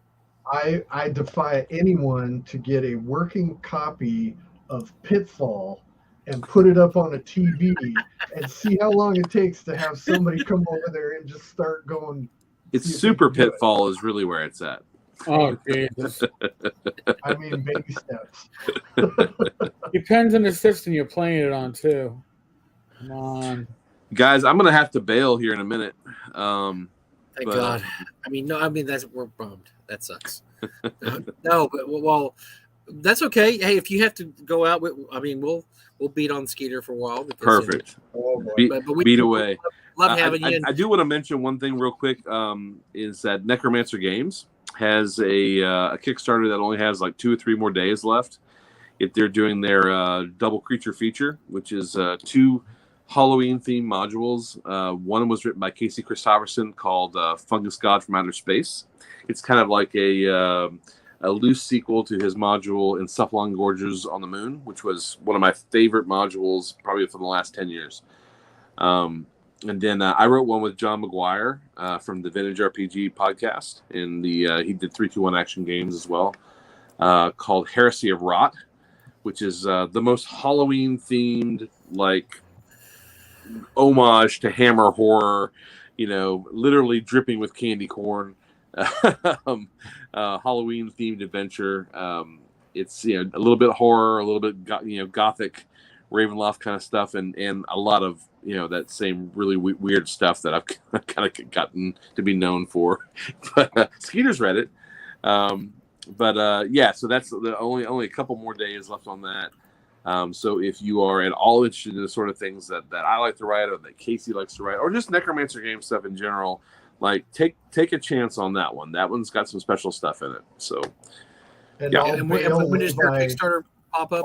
I'll bail Levi out and remind him it's on Indiegogo. Oh, it is on Indiegogo. You're absolutely right. Yeah. Jen Glazer's probably listening to this. Just get ready to throw your computer out the window. Yeah, dude, turn around. There's somebody with a knife. Yes. When does your Kickstarter start, Levi? It's on the 11th, and I see Paul Catrone has asked me about Vorpal Almanac, which is a book that I did with Exalted Funeral. I don't know the timeline on that, other than I know it's coming. So, and that's another really gorgeous looking book, thanks to Sally Canarino that did the art on that. But anyways, I gotta go. I will talk to you guys soon. It was good to see your faces. Definitely. And, great to have you, man. Yeah, it's always fun being on here, man. It's always a good hang. Later. I'll talk to you guys soon. Later, man. Later, bro. See ya. And now we got Skeeter. Now that's all right. Let's do this. Now that that's over with, let's get down and dirty. Oh, yeah. Now that the good boy is gone. Yeah. That guy he's a choir boy, man. Let's get down to the right here now. Damn it. Well, I was going to say, so there's a point. It's a very stupid point made by the guy who wrote the OSR dying video, but his point is that, well, there's guys out there that are really screwing the hobby up right now that are remembered, that people know more, and they're going to be remembered as OSR guys. And I find this is a common thing that people, and on Eric's blog, I kind of crapped up Eric's page this week by actually replying to people. I usually don't care what people say on the Tank or Tavern, but I just felt strongly about this. But that, well, everybody that's mainstream, they think that this guy and this guy is OSR, and you guys need to do something about that. And I'm like, anybody that's actually in gaming doesn't think about those people and knows who real OSR people are. So there seems to be this dichotomy between, well, what is OSR and what is not OSR. But there's also the issue, and this was a comment on one of my videos that I found a comment today. It was like, well, the OSR needs to start vetting and cleaning up its stuff, and then it'll be And here's the thing: there is no vetting organization. There is no major domo. There is no governor. There is no board of supervisors in the OSR. Okay, I thought we were in charge, Skeeter. You and me, president, vice president, right? No, I cannot hold a position of authority. No, well, we wouldn't want you to for reasons.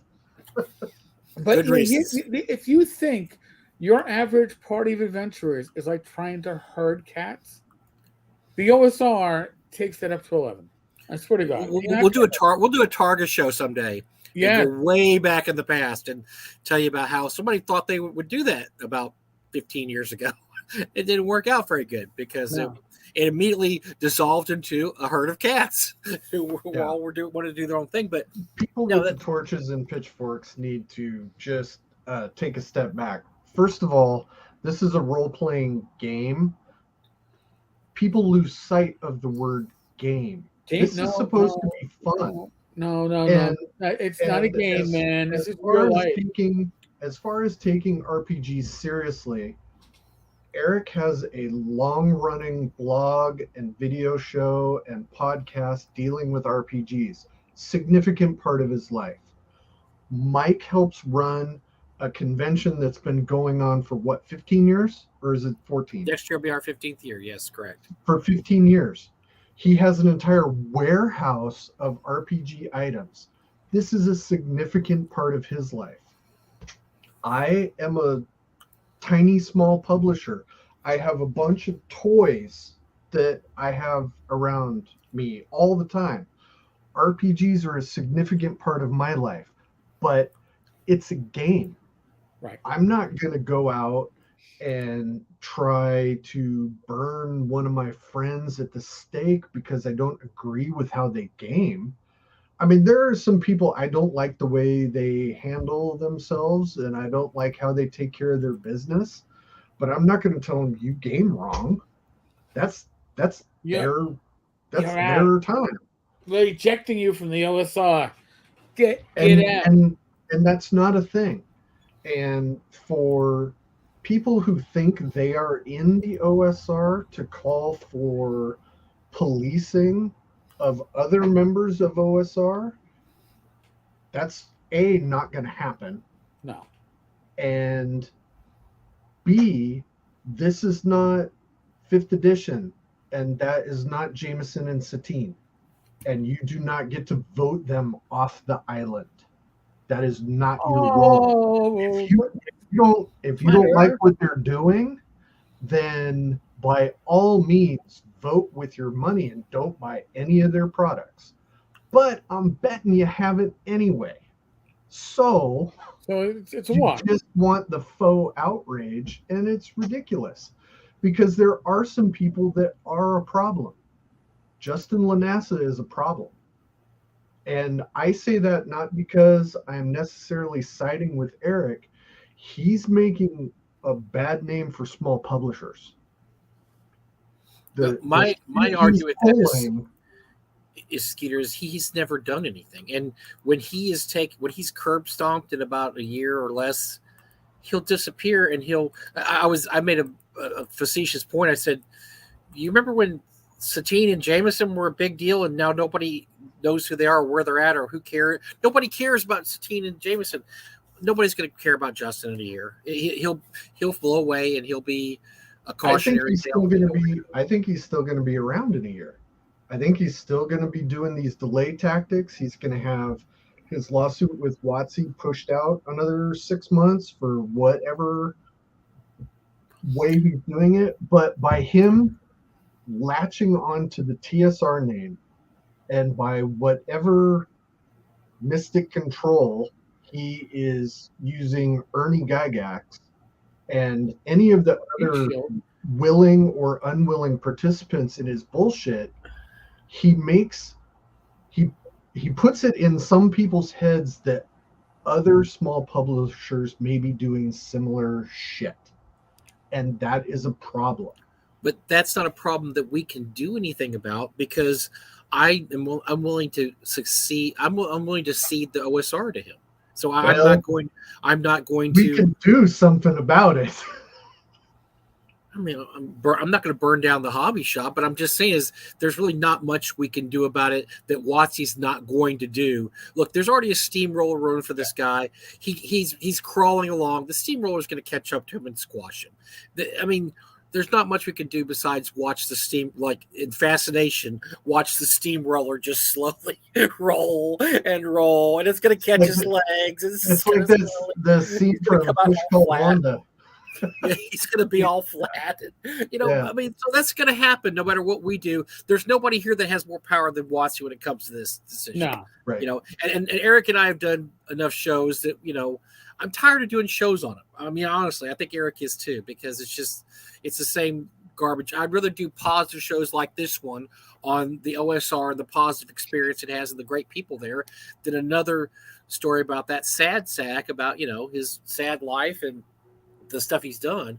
And let me tell you, his Svengali control of Ernie, if you had a Tootsie Roll on a string, you'd have a Svengali control over Ernie. It depends on what's in that Tootsie Roll, but that's not that hard at this point. So, this is great news. This is great news.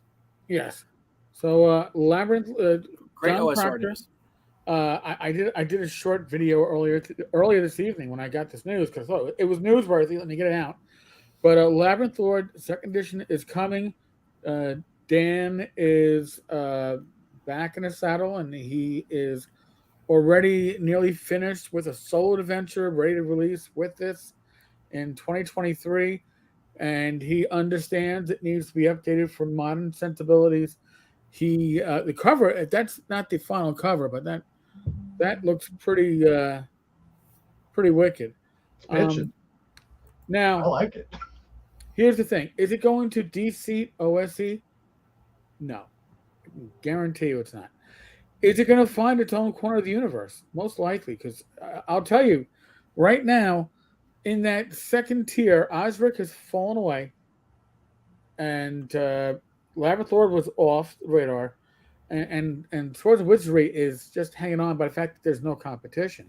If you give a good Labyrinth Lord out, their competition is going to be OSE, because OSE just had a Kickstarter that raised $700,000. So that's your main, and then basically it's the same rule set. They're retro cloning BX. He's going to change. He's going to twist some. There will be some rules changes, acknowledging that in the year since Labyrinth Lord was written, you can now hew closer to the original rules in your clones than you could initially. So I know a lot of people have been Labyrinth Lord used to be the system everybody wrote for before Swords of Wizardry. It was, yeah.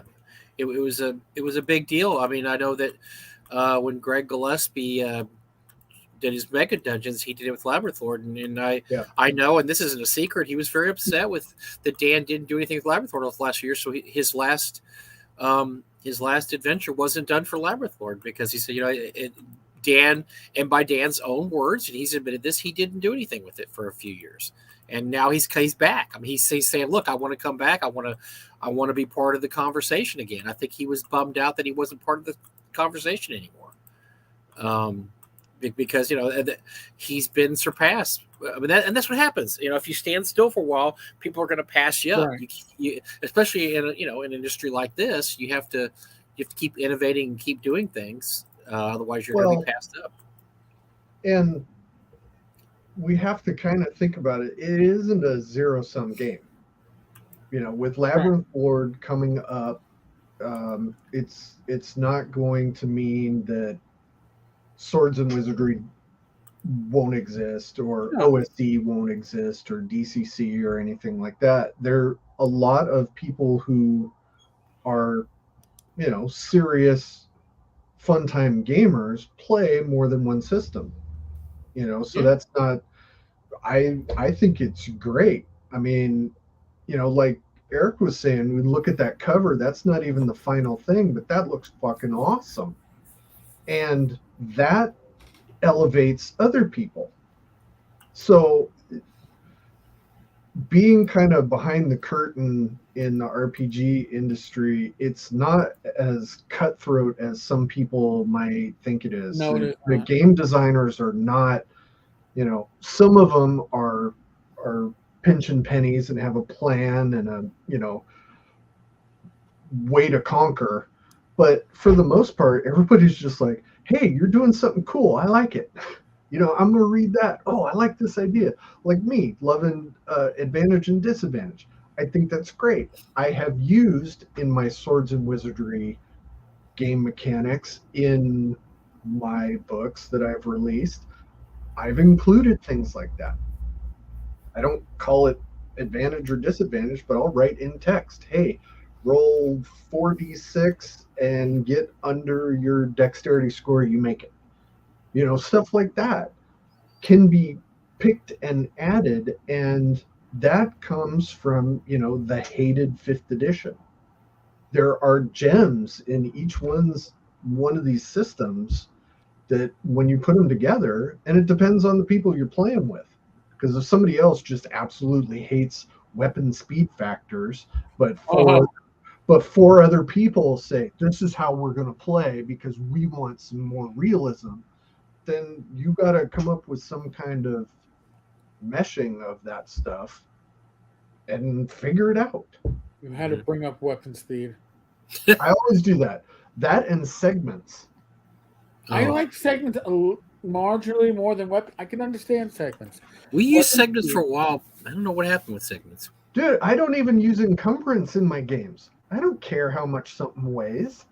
Well, I mean, that's one of the best things that, like, going back to Raggy, when Raggy wrote Lamentations of the Flame Princess, he just used, like, you know, general weights, right? It's like you got, you know, it's like stone, like you're carrying 10 stone. It made it so much simpler than not figuring out to the exact 1/10 of a pound how much shit you're carrying. So Mort Borg has a mechanic that you have a backpack, and that backpack can hold 10 items. Doesn't matter how big or small they are. It can hold 10 items. That's what you get. And, you know, because of the rule system, and it's so fast and loose, and it is dependent on the player to really narrate more than use the game mechanics, it works perfectly fine. I mean, Mort Borg is one of those games that's also perfect for a convention because you literally roll how many days you have left to live. So this is not a campaign game. No, not quite. So, yeah, it's like my RPGs are pizza analogy. If you want to try some different toppings on your pizza, do it. It's all still pizza. And pizza's wonderful. Oh, I want pizza. Shit. Yeah, I know. We'll go to the pub and get some pizza. No, the pub doesn't do pizza. and the kitchen closed. Me? And the kitchen closed 6 months ago. They have better food than pizza, this pub. Oh, yeah. It's like a magical pub. It's a magical place. Oh, awesome. Sounds magical. I love the chicken quesadillas. I'll get a chicken quesadilla and a hot salad, and I'll be fine. Let's see if Whataburger's still open. Yeah, it is. It's 24 hours. Of course it's open. Yeah. Thanks for making me fatter, guys, and talking about food. I can Uber something right now, couldn't I? Just gotta see what. I finally had my new crown put on.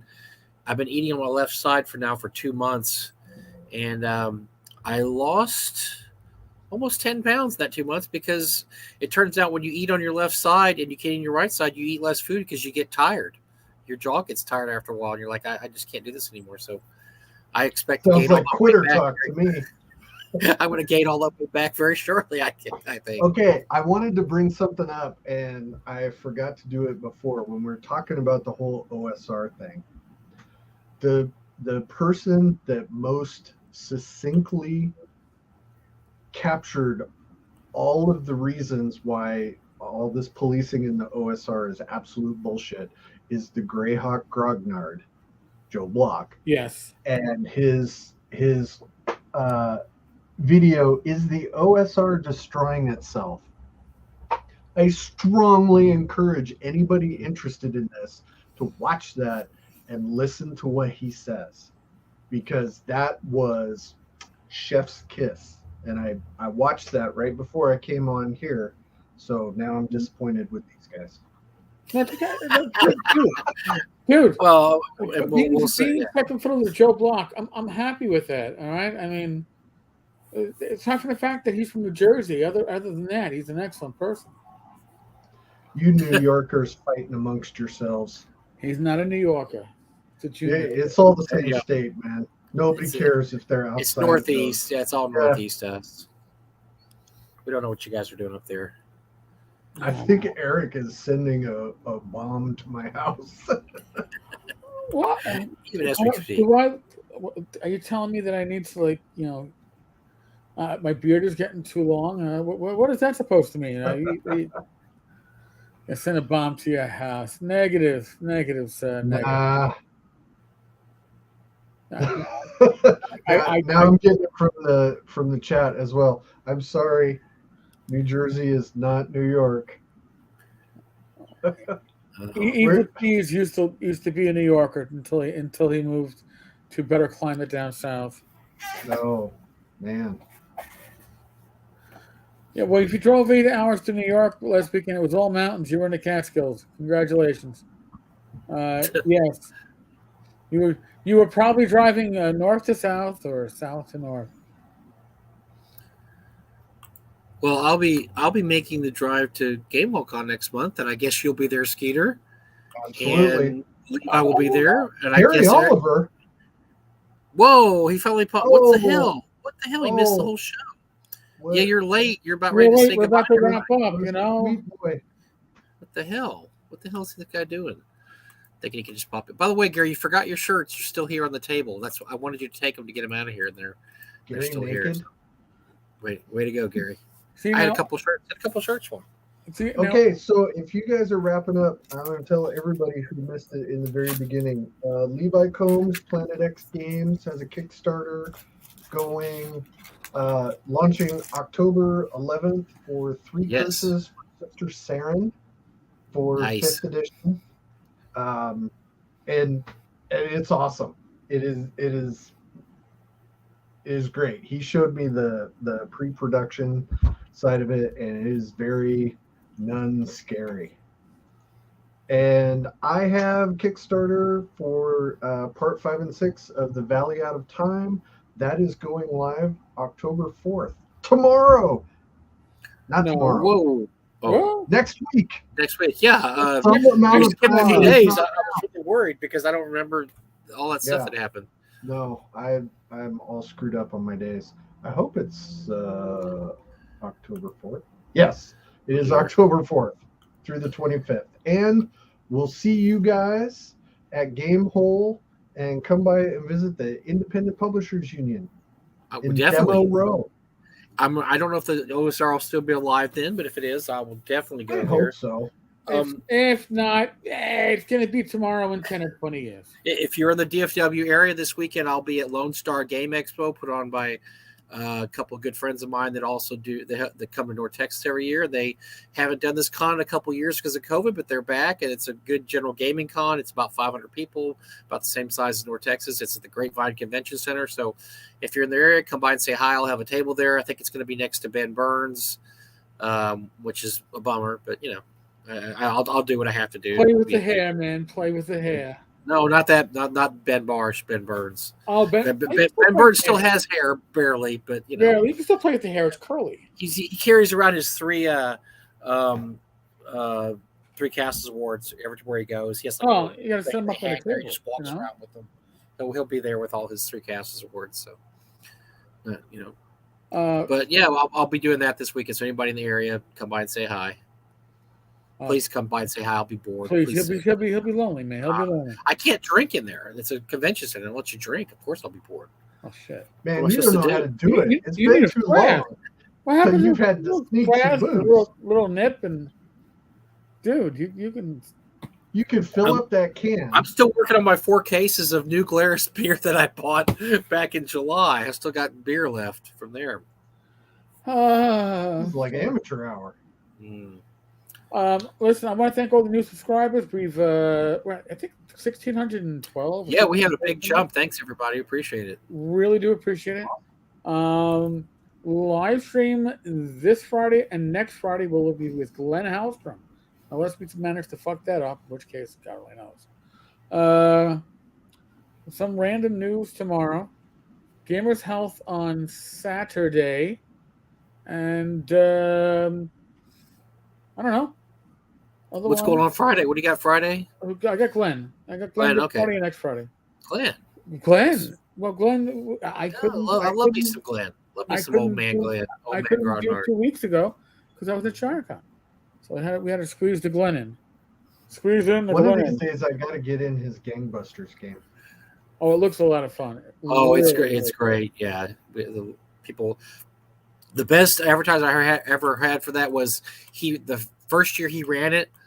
I had everybody in his game. Everybody that played his game came by my booth and asked me if I had a copy of the Gangbusters rules because they said This seems like the funnest game ever. I had one box set, like an old beat up box set, and they basically fought with each other over that box set to get it. That's how great a game Glenn ran. No, I want it. They almost came to blows over that one box set. So yep. So, folks, you know the spiel. Use your it's no longer a pandemic; it's an endemic. Use your common sense. I'm not your father. I'm not gonna wipe your ass. I'm not gonna clean the schmutz out of your eye. It's on you.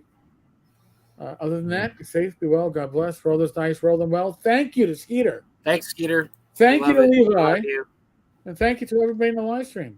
We love you. A long time, Skeeter. You make us better. You make us so much better. Later. You